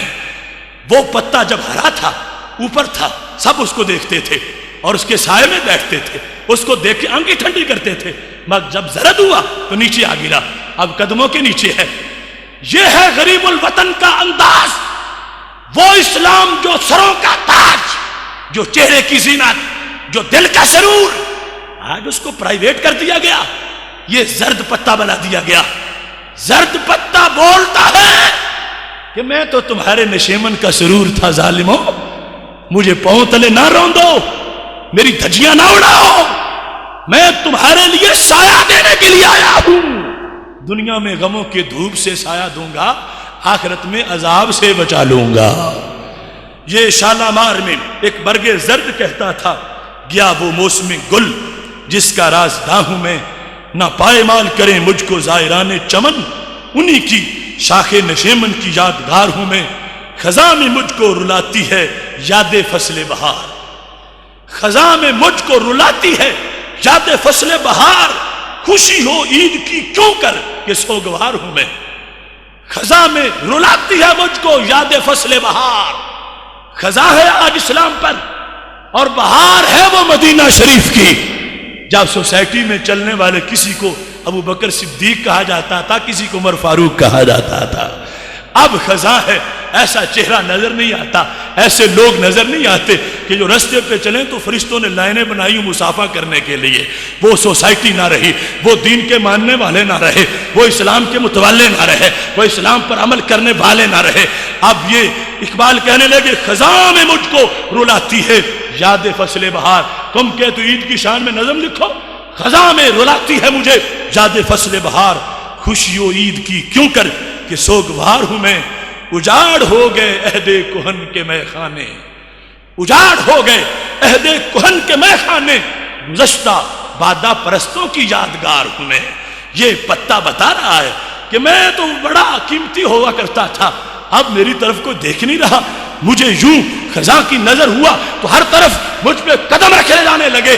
لہذا آج کا غریب الوطن اسلام، اس کی اس سمجھ نہیں ہو اس حیثیت کو، تو ان شعروں کو سامنے رکھ کر اس مثال کو سامنے رکھو، اور پھر اپنا جو کردار ہے اس کو دیکھو کہ وہ پتا جو سایہ کرتا ہو اسے قدموں کا تلے روندا نہیں جاتا، اسے سر کا تاج بنایا جاتا ہے۔ ایسی صورتحال میں یقیناً جس وقت ہم گرد و پیش کو تو دیکھیں دور کی بات ہے، اپنے ملک کی حالات اپنے حوالے اس وقت سامنے رکھتے ہیں، محلے محلے میں بے حیائی، بد کرداری، جھوٹے لوگ، فراڈی لوگ اور اس طرح کی منحوس لوگ، یعنی جن کا کردار صحیح نہیں، عقیدہ صحیح نہیں، ان لوگوں کے طرف اصلاح کا پیغام، اور پھر جو مسلط حکمران ہیں ان کے لیے اصلاح کا پیغام۔ آخر پورے ملک اور حکومت کا بھی ایک اثر ہوتا ہے بندوں پر، چھت پہ جو کچھ ہوتا ہے نیچے وہی گرتا ہے، پر نالے سے اور نہیں آتا، چھت والا ہی نیچے آتا ہے۔ اگر کسی ملک کا وزیر صحت کنجریوں کے ساتھ ڈانس کر کے کہے یہ ہماری صحت مند سرگرمی ہے، تو اس ملک کے بیٹے ڈانس نہیں کریں گے تو کیا کریں گے؟ اور اگر کسی ملک کا پریزیڈنٹ پولو کیمپ میں ناچ رہا ہو تو اس ملک کے بچوں سے کیا امید ہو سکے گی کہ یہ اپنے آپ کو بچا سکتے ہیں؟ اس واسطے برباد گلستان کرنے کو بس ایک ہی الو کافی ہے، ہر شاخ پہ الو بیٹھا ہو، انجام گلستان کیا ہوگا؟ ہر طرف مسائل ہیں، ہر طرف دھند رکھے ہیں، ہر طرف اندھیرے ہیں، مگر حق پرستوں کے لیے یہ ضروری ہے اذان پڑھیں۔ ایک نمازی آ گیا پھر بھی ٹھیک، 10 آ گئے پھر بھی ٹھیک، 1000 آ گئے پھر بھی ٹھیک، کوئی نہ آیا پھر بھی اذان پڑھنے والا تو اذان پڑھے گا۔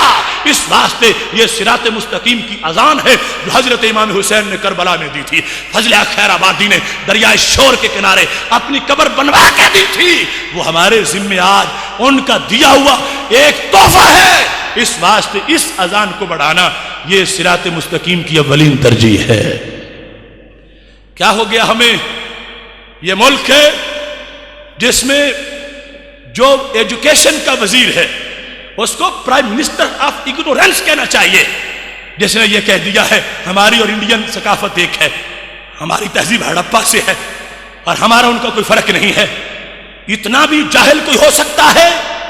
ہمارا اور انڈیا کا کوئی فرق نہیں تو وہ آمنہ عائشہ جو بارڈر سے پار امرتسر میں ہندوؤں کے بچے جنم دے رہی ہے، ان سے پوچھو ان کا قصور کیا تھا؟ جب پاکستان بنا 90,000 عورتوں کو اغوا کر لیا گیا اور 90,000 اسلام کی بیٹیاں ہندوؤں کے بچے جنم دینے پر مجبور ہیں۔ وہ ہم سے پوچھتی ہیں ظالموں اگر تمہارا کوئی فرق نہیں تھا تو ہمیں کیوں مجبور کر دیا، ہمیں کیوں مروا دیا؟ ہماری زندگی کیوں خراب کر دی؟ ایسے وحشی جرنیلوں کو اور ایسے وزیروں کو لگام دے کر سمجھاؤ، رام والے اور ہیں، رحیم والے اور ہیں۔ ہم وہ نہیں جو گندھارا سے ہوں، ہم وہ نہیں جو ہڑپا سے ہوں، ہم وہ نہیں جو منجو دھاڑو سے ہوں۔ ہمیں ہڑپا کے سلوں سے تہذیب نوچنے کی، چوسنے کی ضرورت نہیں ہے۔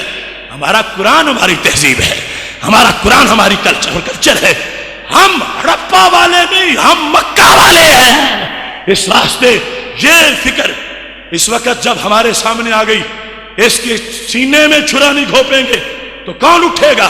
اگر اسلام کے بیٹے اسلام کے بارے میں اس طرح کے بکواسات کے سامنے خاموش ہو گئے، اللہ فرماتا ہے تم کافر بن جاؤ گے۔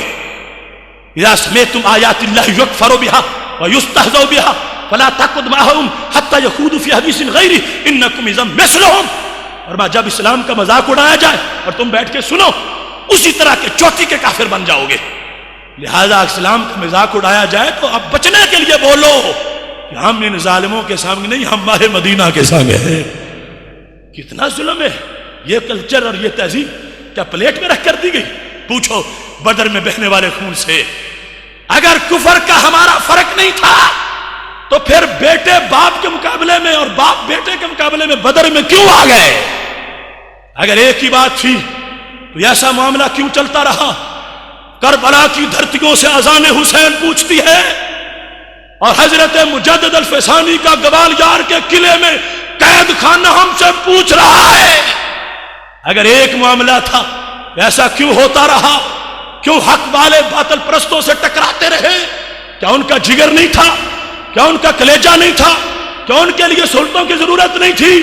اگر معاملہ ایک تھا تو گڑی خیرو کے لاقب میں امام شاہ احمد نورانی ننگے چھت کے نیچے کیوں تڑپ کے حق کے نعرے لگاتا رہا؟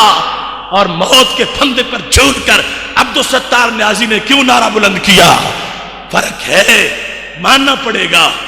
ہم گائے کو مقدس نہیں سمجھتے، ہم اس کو ذبح کرتے ہیں، اور وہ جہاں روٹی کھانی ہو نیچے گائے کا گوبر ملتے ہیں۔ قرب ان کا، وہ کپڑے اتارے تو ان کا دین، ہم کپڑے پہنے تو ہمارا دین۔ وہ اپنے انداز میں، ہم اپنے انداز میں۔ ہمیں ظالموں کے ساتھ نہ ملاؤ، جہنمیوں کی لسٹ میں ہمیں شامل نہ کرو۔ ہم ان کے شانہ بشانہ نہیں چل سکتے، ان کا چہرہ سیدھا جہنم کی طرف ہے، ہمارا ڈائریکٹ جنت کی طرف ہے۔ اس واسطے یہ غربت کا ایک تجزیہ آپ کے سامنے کر رہا ہوں۔ اس کے علاوہ میرے پاس ایسے درجنوں شواہد ہیں۔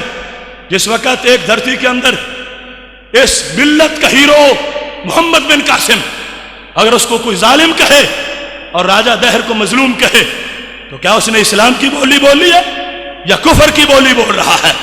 اس واسطے یہ ساری جو صورتحال اور انالیسز ہے، اس کو سامنے رکھتے وقت اب یہ فیصلہ کر لو، اگر ہم گھروں میں رہے، اگر ہم نے دین نہ پڑھا، اگر ہم نے دین نہ سمجھایا، اگر ہم نے لوگوں تک پیغام نہ پہنچایا، اگر ہم خود فکری طور پر مسلح نہ ہوئے اور ہم نے لوگوں کو بیدار نہ کیا، تو کل ہمیں یہاں سے پکڑا جائے گا قیامت کے دن کہ تم گونگے شیطان تھے، تم کیوں نہ بولے جس وقت میرے دین کی دھجیاں اڑائی جا رہی تھیں۔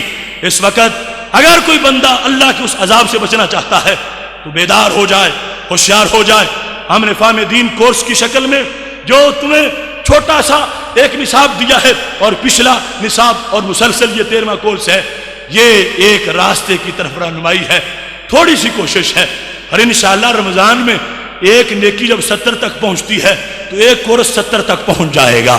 اس کا مضمون، اس کے اندر جو نور ہے، اس کے اندر جو روشنی ہے، وہ یقیناً آگے بڑھے گی اور اس کو لے کے چلیں گے۔ درس ہوتا رہتا ہے، درس قرآن کے اندر قرآن کی ترجمانی ہونی چاہیے۔ ایک تو وہ ویسے شعبہ ہے کہ جن کے ہاں میں نے کل ذکر کر دیا تھا کہ درس قرآن ایک دن شیطان بھی دینے آ گیا تھا اور صحابی رسول کو دینے آ گیا تھا۔ اس واسطے ہر درس قرآن نہیں ہوتا۔ اور دوسرا، درس قرآن میں یہ بھی ضروری ہے، اب لوگوں کو ہیضہ ہو چکا ہو اور جو معالج ہے وہ صرف ان کو زکام کی دوائیاں دیتا رہے، لوگ ہیضے میں مر جائیں تو زکام کی دوائی بیچنے کی فائدہ کیا ہے، ضرورت کیا ہے؟ وہ ڈاکٹر نام ہوتا مر جاتا کہ جب قوم کو ہیضہ تھا اور وہ دوائی دے رہا تھا زکام کی۔ نہیں، جو بیماری ہو دوائی اس کی بیچو، جو مرض ہو علاج اس کا کرو۔ اس واسطے آج کے حالات میں نام نہاد روشن خیالی اور یعنی فحاشی اور یہ بدلتے ہوئے اطوار اور شاعر اسلام کا مذاق جو اڑایا جا رہا ہے، سب سے پہلے ٹیکہ اس کے خلاف لگانے کی ضرورت ہے۔ اس واسطے ہم اپنے ہاں جو اپنے اسلاف کا ایک پیغام رکھتے ہیں اور ایک عزیمت کے رستے کی طرف چلنے کی کوشش کر رہے ہیں، اور ایک ہم پر جو ذمہ داری ہے، اور اس سلسلے میں ادارہ صراط مستقیم کا جو ایک پلیٹ فارم ہے، اس کے لیے میں تفصیل میں نہیں جاتا، لیکن اتنا یہ ضرور کہوں گا اس کا پس منظر کیا ہے، یہ ادارہ ہے کیا، یہ کرنا کیا چاہتا ہے۔ صرف اقبال کی زبان سے یہ کہوں گا، خفیہ ہنگامے ہے میری ہستی خاموش میں، پرورش پائی ہے میں نے صبح کی آغوش میں۔ خفیہ ہنگامے ہے میری ہستی خاموش میں، پرورش پائی ہے میں نے صبح کی آغوش میں، مضطرب ہر دم میری تقدیر رکھتی ہے مجھے، مضطرب ہر دم میری تقدیر رکھتی ہے مجھے، جستجو میں لذت تنویر رکھتی ہے مجھے، سرما بن کے چشم انسان میں سما جاؤں گا میں، سرما بن کے چشم انسان میں سما جاؤں گا میں، رات نے جس کو چھپا رکھا ہے اس کو دکھلاؤں گا میں۔ یہ ادارہ صراط مستقیم کا پس منظر، حال اور مستقبل ہے۔ تین شعر تینوں احوال کی غمازی کر رہے ہیں۔ خفیہ ہنگامے ہے میری ہستی خاموش میں، پرورش آئی ہے میں نے صبح کی آغوش میں۔ وہ حضرت حافظ الحدیث پیر سید محمد جلال الدین شاہ صاحب رحمت اللہ علیہ، ان کے فیضان کا یہ اظہار ہے۔ وہ امام برحق امام شاہ احمد نورانی کی استقامت، ان کی تربیت کا یہ پلیٹ فارم ہے۔ وہ عراق اور نبیوں کی سرزمین کا وہ مرد حر حضرت شیخ عبد الکریم محمد المدرس البغدادی، یہ ان کے فیض کا سرچشمہ ہے۔ اور عرب و عجم کے اساتذہ کا استاد حضرت علامہ عطا محمد بندیالوی رحمت اللہ علیہ، حضرت مولانا محمد نواز نقشبندی رحمت اللہ علیہ، یہ ان کے سوز کا حصہ ہے۔ خفیہ ہنگامے ہے میری ہستی خاموش میں، پرورش پائی ہے میں نے صبح کی آغوش میں، مضطرب ہر دم میری تقدیر رکھتی ہے مجھے، جستجو میں لذت تنویر رکھتی ہے مجھے، سرما بن کے چشم انسان میں سما جاؤں گا میں، رات نے جس کو چھپا رکھا ہے اس کو دکھلاؤں گا میں۔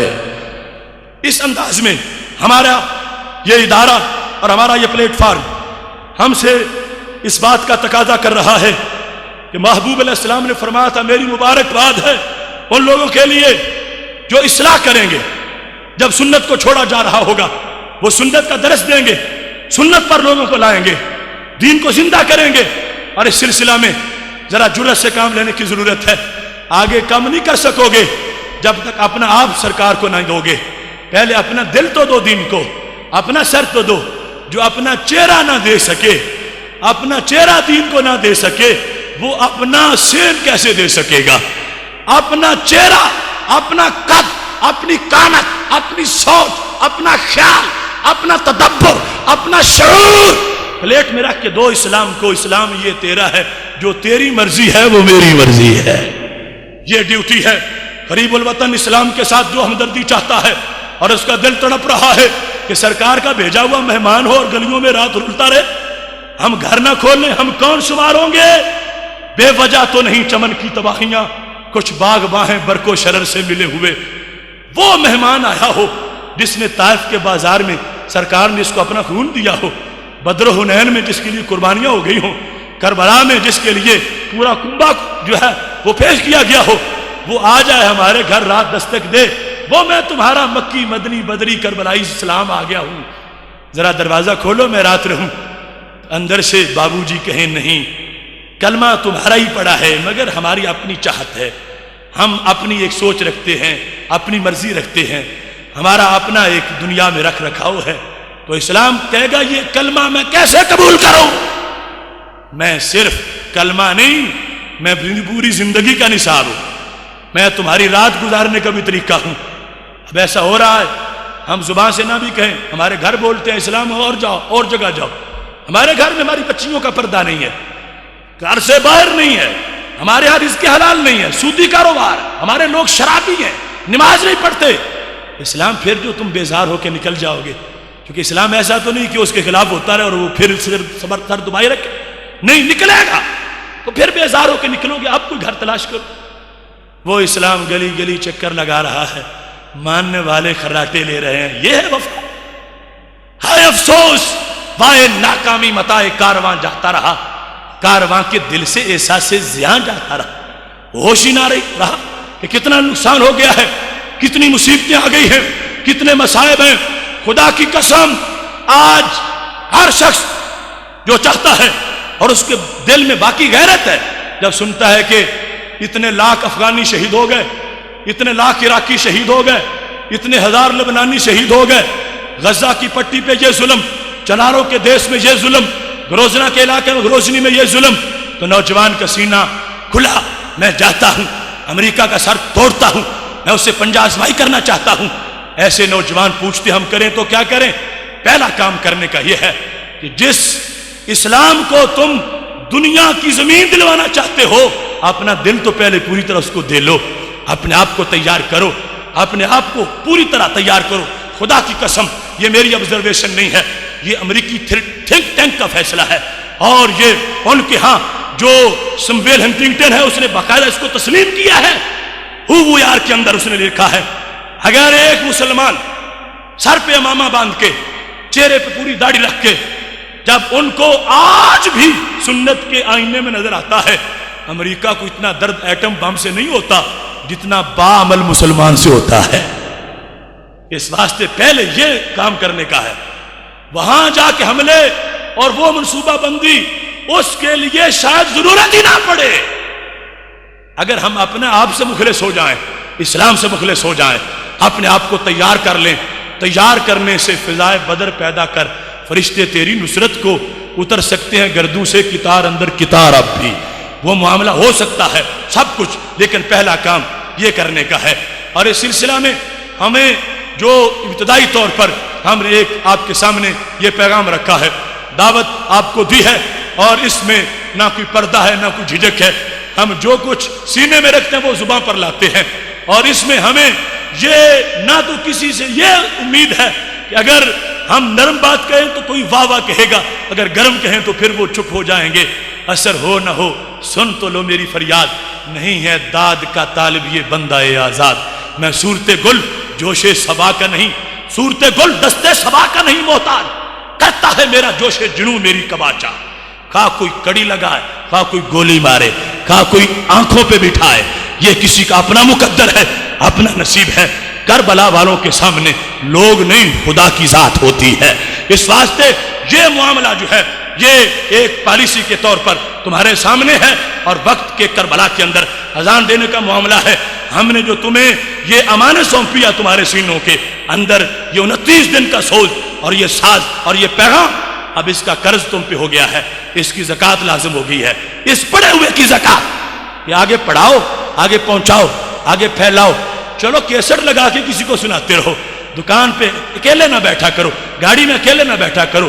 کیسٹ میری لگاؤ, کسی نے جو کچھ کہنا مجھے کہے, مگر کم از کم اسے سناؤ تو صحیح, اسے بتاؤ تو صحیح, اس کے سامنے پیش تو کرو. وہ زمانہ گزر گیا, وہ زمانہ ختم ہو گیا. نیند کے موسم اٹھ گئے. بیداری کا زمانہ ہے, تیاری کا زمانہ ہے. نہ سمجھو گے تو مٹ جاؤ گے. اے غافل مسلمانوں, تمہاری داستان تک بھی نہ ہوگی داستانوں میں. تمہارے گھر کی دہلیز سے لے کر امریکہ تک تمہارے دشمن ہیں. اتنے دشمنوں کے ہوتے ہوئے کون انسان عقل مند سوتا ہے, جاگتا ہے بیداری سے, وہ اپنی منصوبہ بندی کرتا ہے, پلاننگ کرتا ہے. اور اس انداز میں اگر ہمیں مقصد مل گیا اسلام کی ترقی اور بحالی کا اور نشأت ثانیہ کا, ہمارے جیتے جیتے سورج طلوع ہو گیا تو پھر بارے میں آئے ہیں. اگر نہ بھی ہوا تو کم از کم قبر ٹھنڈی رہے گی کہ کوشش ضرور کی تھی, ثمر اللہ عطا فرمانے والا ہے. اس واسطے آج کے اس بڑے تلخ موضوع پر بولتے وقت یقیناً جو کان عادی ہوں نرم باتوں کو سننے کے, ان کو گرم ملیں تو کان پھٹنے کا بھی خطرہ ہوتا ہے, اور دماغ میں آتش فضا کا زلزلہ آنے کا بھی خطرہ ہوتا ہے. اگر اب ان زلزلوں کے بغیر گزارا نہیں ہے, اب اس بات کے بغیر ہمارا نشیمن بچ نہیں سکتا, اور ہمیں اپنے اسلاف کا وہ کام, وہ فریضہ ادا کرنا پڑے گا. جب اکبر نے دین الہی بنایا, اگر مجدد الفسانی اپنے مسلح پہ بیٹھے رہتے کہ میں تو صوفی ہوں اور وہ بادشاہ ہے, میں لڑ کیسے سکتا ہوں، ٹکرا کیسے سکتا ہوں؟ نہ میرے پاس فوج، نہ لشکر، اور اس کے پاس سب کچھ، میرے پاس حجرہ، اس کے پاس جیل بھی ہے، جیل میں ڈالے گا۔ حضرت مجدد الفسانی اگر اس پالیسی پہ ہوتے حاکم بدہن، شاید مسجدوں میں سجدہ ہی نہ ہو سکتا۔ حضرت مجدد کو جس وقت جہانگیر کے عتاب کا سامنا کرنا پڑا اور بار بار بلا کے کہا کہ تھوڑا سا تو جھک جاؤ، تھوڑا سا جھک جاؤ، میرے مجدد نے کہا ایک ہے کعبہ میرا اور ایک ہی مسجود ہے، ہر جگہ موضوع نہیں ہے سر جھکانے کے لیے۔ یہ سلسلہ پیچھے سے آ رہا ہے، ہمارے پاس کچھ نہیں کہ اسلام کو دے سکے، لیکن دل ہے وہ بہت کچھ ہے اور بڑا ہے۔ حضرت امام حسین رضی اللہ تعالیٰ عنہ تقریر کیا کرتے تھے، حضرت کربلا کا پس منظر ہے، یہ نہیں کہ بائی چانس اٹھے اور ٹکرا گئے، نہیں، وہ رگے جوش تھی جو خون رسول سے تڑپ رہی تھی۔ کہا کرتے تھے احبونا بحب الاسلام، جس نے حسین سے پیار کرنا وہ اسلام کے حوالے سے کرے۔ احبونا بحب الاسلام، دیکھو حوالے ان کے کتنے ہیں۔ وہ حسین رضی اللہ تعالیٰ عنہ جو کائنات میں سب سے بڑی شخصیت کے نواسا ہیں، جو ولیوں کے سردار کے بیٹے ہیں، جو خواتین کی سردار کے بیٹے ہیں، وہ حسین جن کو رب ذوالجلال نے اتنی عظمت عطا فرمائی ہے، خود فرماتے ہیں احبونا بحب الاسلام، مجھ سے پیار کرتے وقت پہلے وہ کہو اسلام کا حسین، اسلام کا حسین، اسلام کے حوالے سے مجھ سے پیار کرو، اور باقی حوالے بھی پیار کے لیے ضروری ہیں۔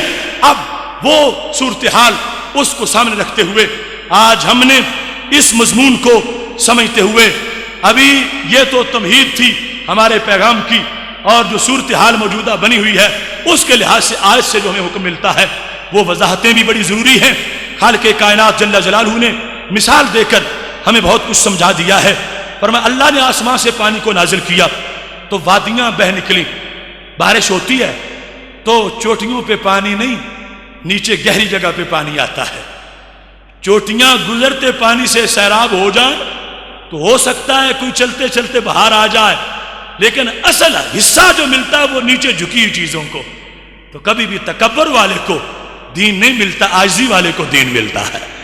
اللہ نے آسمان سے پانی کو نازل کیا، وہ بڑے بڑے دولتوں والے فرعون و نمرود وہ رہ جاتے ہیں اور جھگیوں کے مکین دین کے علمبردار بن جاتے ہیں۔ پانی نیچے آ جاتا ہے اور پھر کیا ہوتا ہے؟ میرے محبوب علیہ الصلوۃ والسلام فرماتے ہیں فاحتمل السیل زبد الرابیہ۔ آج جو ہمارا مسئلہ ہے قرآن نے اس کو بیان کیا، کیا جس وقت پانی نیچے جاتا ہے بارش پھر ہوتی ہے، پانی وادی سے بھر جاتا ہے، پھر آگے نکلنا شروع ہو جاتا ہے، سیلاب کی شکل اختیار کرتا ہے تو پانی پہ ایک جھاگ بن جاتا ہے۔ وہ جھاگ کیا ہوتا ہے؟ پانی کے اندر جو ملوث ہوتا ہے، پانی جب گندگی آتی ہے، پتے آ جاتے ہیں، مرے ہوئے جانور آ جاتے ہیں، مختلف قسم کی چیزیں، تو پانی ان کو اوپر لے جاتا ہے۔ نیچے صاف پانی ہوتا ہے، اوپر گندا جھاگ ہوتا ہے۔ ایک یہ جھاگ ہے۔ دوسرا رب ذوالجلال فرماتا ہے جب لوگ زیور بناتے ہیں یا برتن بناتے ہیں تو دھاتوں کو وہ جس وقت آگ دیتے ہیں بھٹی میں تو پھر بھی اوپر جھاگ بنتا ہے۔ وہ جھاگ بھی اوپر ہے سونے کے، مگر کبھی اس جھاگ کو کسی نے گلے میں نہیں لٹکایا، لٹکایا جائے تو سونے کو لٹکایا جاتا ہے۔ دو جھاگ، ایک سیلاب کے اوپر جھاگ، حکمت قرآن سنو، ایک سیلاب کے اوپر جھاگ اور دوسرا دھات کے اوپر جھاگ۔ خواہ زیور بنانا تھا پھر بھی اوپر جھاگ آ گیا، خواہ لوہے سے درانتی بنانی تھی، چھری بنانی تھی، پھر بھی اس کو ایک مرحلے سے گزارا گیا، اوپر جھاگ۔ رب ذوالجلال فرماتا یہ دونوں جھاگ مقصود نہیں ہوتے، دونوں کو اتار کے پھینک دیا جاتا ہے، اور نیچے جو خاموش پانی ہے اس کو بندہ اتنا محفوظ رکھتا ہے کہ منہ کے ذریعے اپنے اندر لے جاتا ہے۔ مقصد کیا تھا؟ کہ اگر کہیں باطل اوپر نظر آ جائے تو مسلمانوں دین سے بیزار نہ ہو جانا کہ ہم تو کسی کام کے نہیں، ہمارا تو دین سے ہی نہیں، باطل اوپر آ گیا ہے، ورلڈ بینک ان کا ہے، اسلحہ ان کا ہے، ٹیکنالوجی ان کی ہے، فلاں جگہ ان کا قبضہ ہو چکا ہے۔ دائمی قرآن نے کہا یہ جھاگ ہے، اور جھاگ نہیں، نیچے باغ ہے، اوپر جھاگ ہے۔ وہ خواہ عراق ہو، خواہ افغانستان ہو، خواہ وہ لبنان ہو، خواہ وہ غزہ ہو، گروزنی ہو، وہ کشمیر ہو، وہ چیچنیا ہو، وہ جہاں کے بھی حالات ہیں، وہ جھاگ ہے.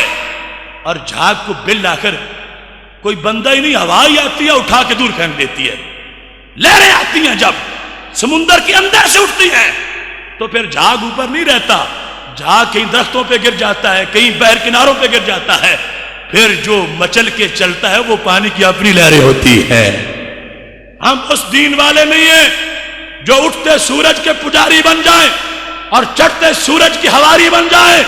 نہیں، امریکہ اگر اس فضا میں اڑنا بھی شروع کر دے ہم اس پہ تھوک کے کہیں گے یا رسول اللہ تمہاری غلامی پہ ہمیں فخر ہے. یہ دین ہونا چاہیے، یہ ایمان ہونا چاہیے. میرے رب نے 2 مثالیں دی، فرمایا سونے کے اوپر بھی جھاگ، چاندی کے اوپر بھی جھاگ، لوہے کے اوپر بھی جھاگ. اور یہ بھی ضروری ہے، سونا اس وقت تک گلے کا ہار نہیں بنے گا جب تک اس میں سے جھاگ نہیں نکلے گا. اس وقت تک سر کا تاج نہیں بنے گا جب تک خبیث جھاگ اندر سے باہر نہیں نکالا جائے گا. اس وقت تک لوہے کی تلوار نہیں بنے گی جب تک کہ اس کے اندر گندے مادے وہ جھاگ کی شکل میں باہر نہیں نکلیں گے. لہذا باطل پرستوں کے یہ حملے ہم پر، اس میں بھی حکمت ہے. خبث نکلنا چاہیے اور جھاگ جدا ہو جانا چاہیے. اور جو سچ ہے وہ یقیناً اللہ فرماتا ہے زمین کا وارث وہی بننے والا ہے. حکمت کی باتیں ہیں، مہینوں بحث کی مستحق ہیں. دونوں مثالوں کے اندر رب ذوالجلال نے مثالیں دے کر پتہ کیا فرمایا؟ کذالک یضرب اللہ الحق والباطل. فرمایا یہ سونے کی بات سن کے کہیں کسی جیولری کی دکان پہ نہ چلے جانا، سونے کی بات سن کے تو سونے کا خیال کرنا. کذالک یضرب اللہ الحق والباطل. لوگوں تمہیں سونے کی طرف متوجہ کرنے کی ضرورت نہیں، اس لیے مثال نہیں دی. فرمایا ہم تو حق باطل بیان کر رہے ہیں. حق باطل بیان کرنا مقصود ہے. حق کون ہے؟ پانی، سونا، چاندی.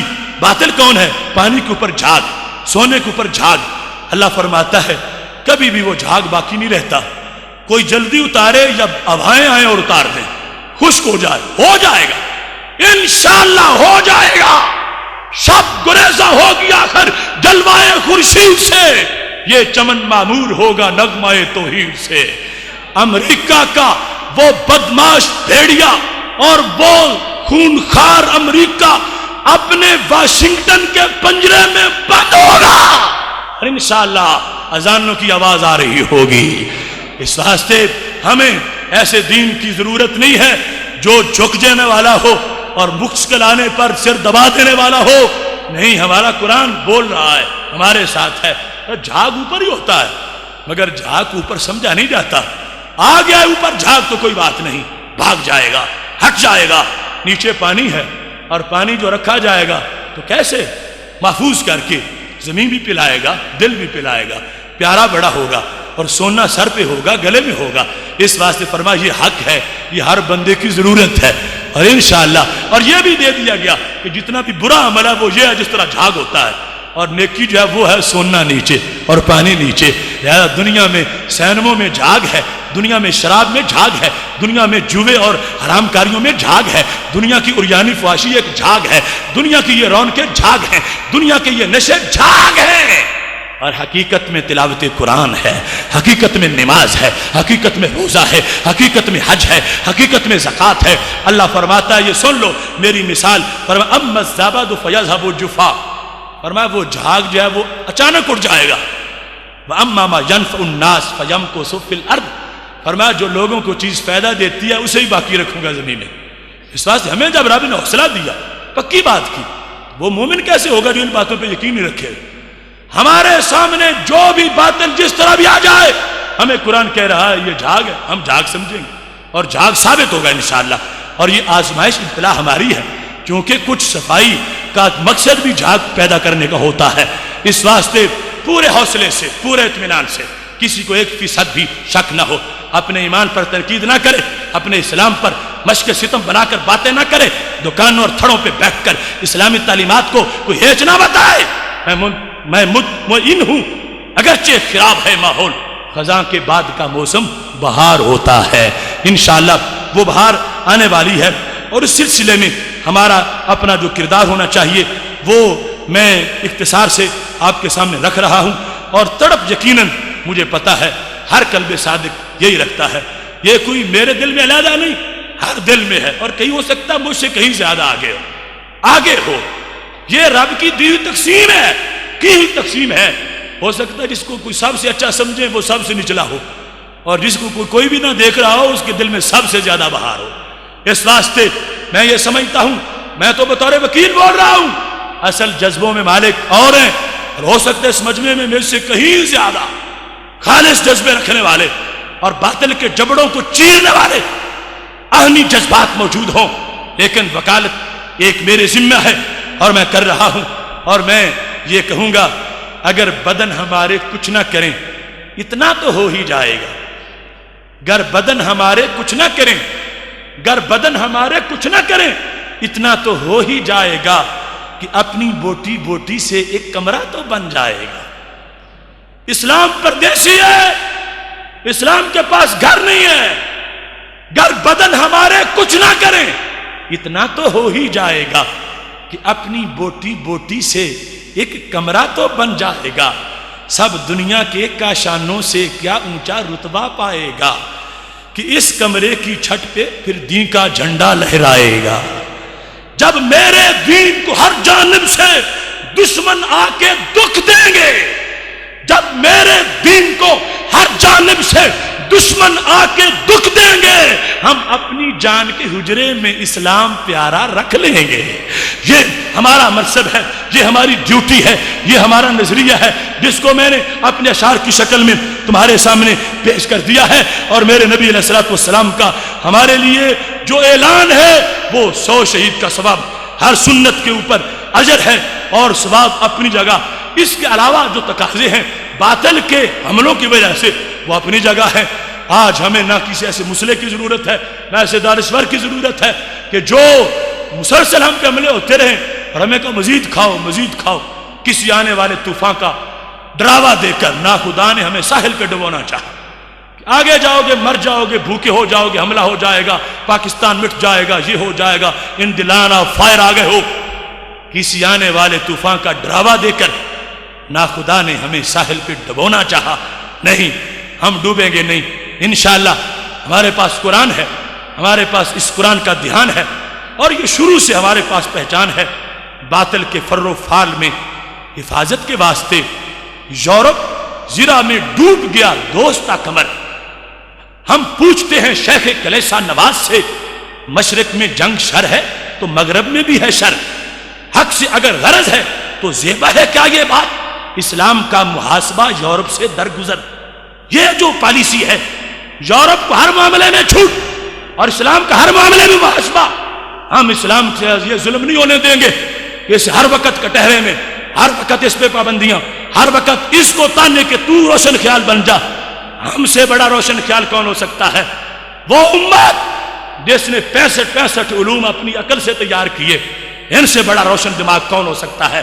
لہذا یہ ہمارے خلاف بغاوت ہے کفر کی، اور ہمارے پاس یہ سازشیں ہو رہی ہیں. ان تمام سازشوں کا سینہ چاک کرنے کے لیے ہمیں درس قرآن کی طرف متوجہ ہونا ہے، اور قرآن مجید کا پیغام ہمیں پوری حمایت دینی کے ساتھ آگے پہنچانا ہے، اس انداز میں کہ دور دور تک اس کے ثمرات باقی رہیں، اس کے اثرات باقی رہیں. خدا کی قسم ہے، اگر ایک بندہ جو گمراہ تھا اگر تمہارے سمجھانے سے راہ راست پر آ گیا تو پوری دنیا کے صدقہ کرنے سے بڑا ثواب مل جائے گا. اس واسطے راہ حق کی طرف، راہ دین کی طرف اور ان زرعی اصولوں کی طرف آنا یہ ہماری سب سے بڑی ڈیوٹی ہے. اور اپنی گفتگو اس پہ ختم کروں گا. سونا جنگل رات اندھیری چھائی بدلی کالی ہے، سونے والوں جاگتے رہنا چوروں کی رکھوالی ہے. آنکھ سے کاجل صاف چرا لیں یا وہ چور بلا کے ہیں، تیری گٹھڑی تاکی ہے اور تو نے نیند نکالی ہے. اور پھر ایک بار پھر صراط مستقیم کا تمہارے لیے وہی پیغام ہے. اجاڑ ہو گئے عہد کہن کے مے خانے، پرانے وعدہ پرستوں کی یادگار ہوں میں. وآخر دعوانا ان الحمد للہ رب العالمین.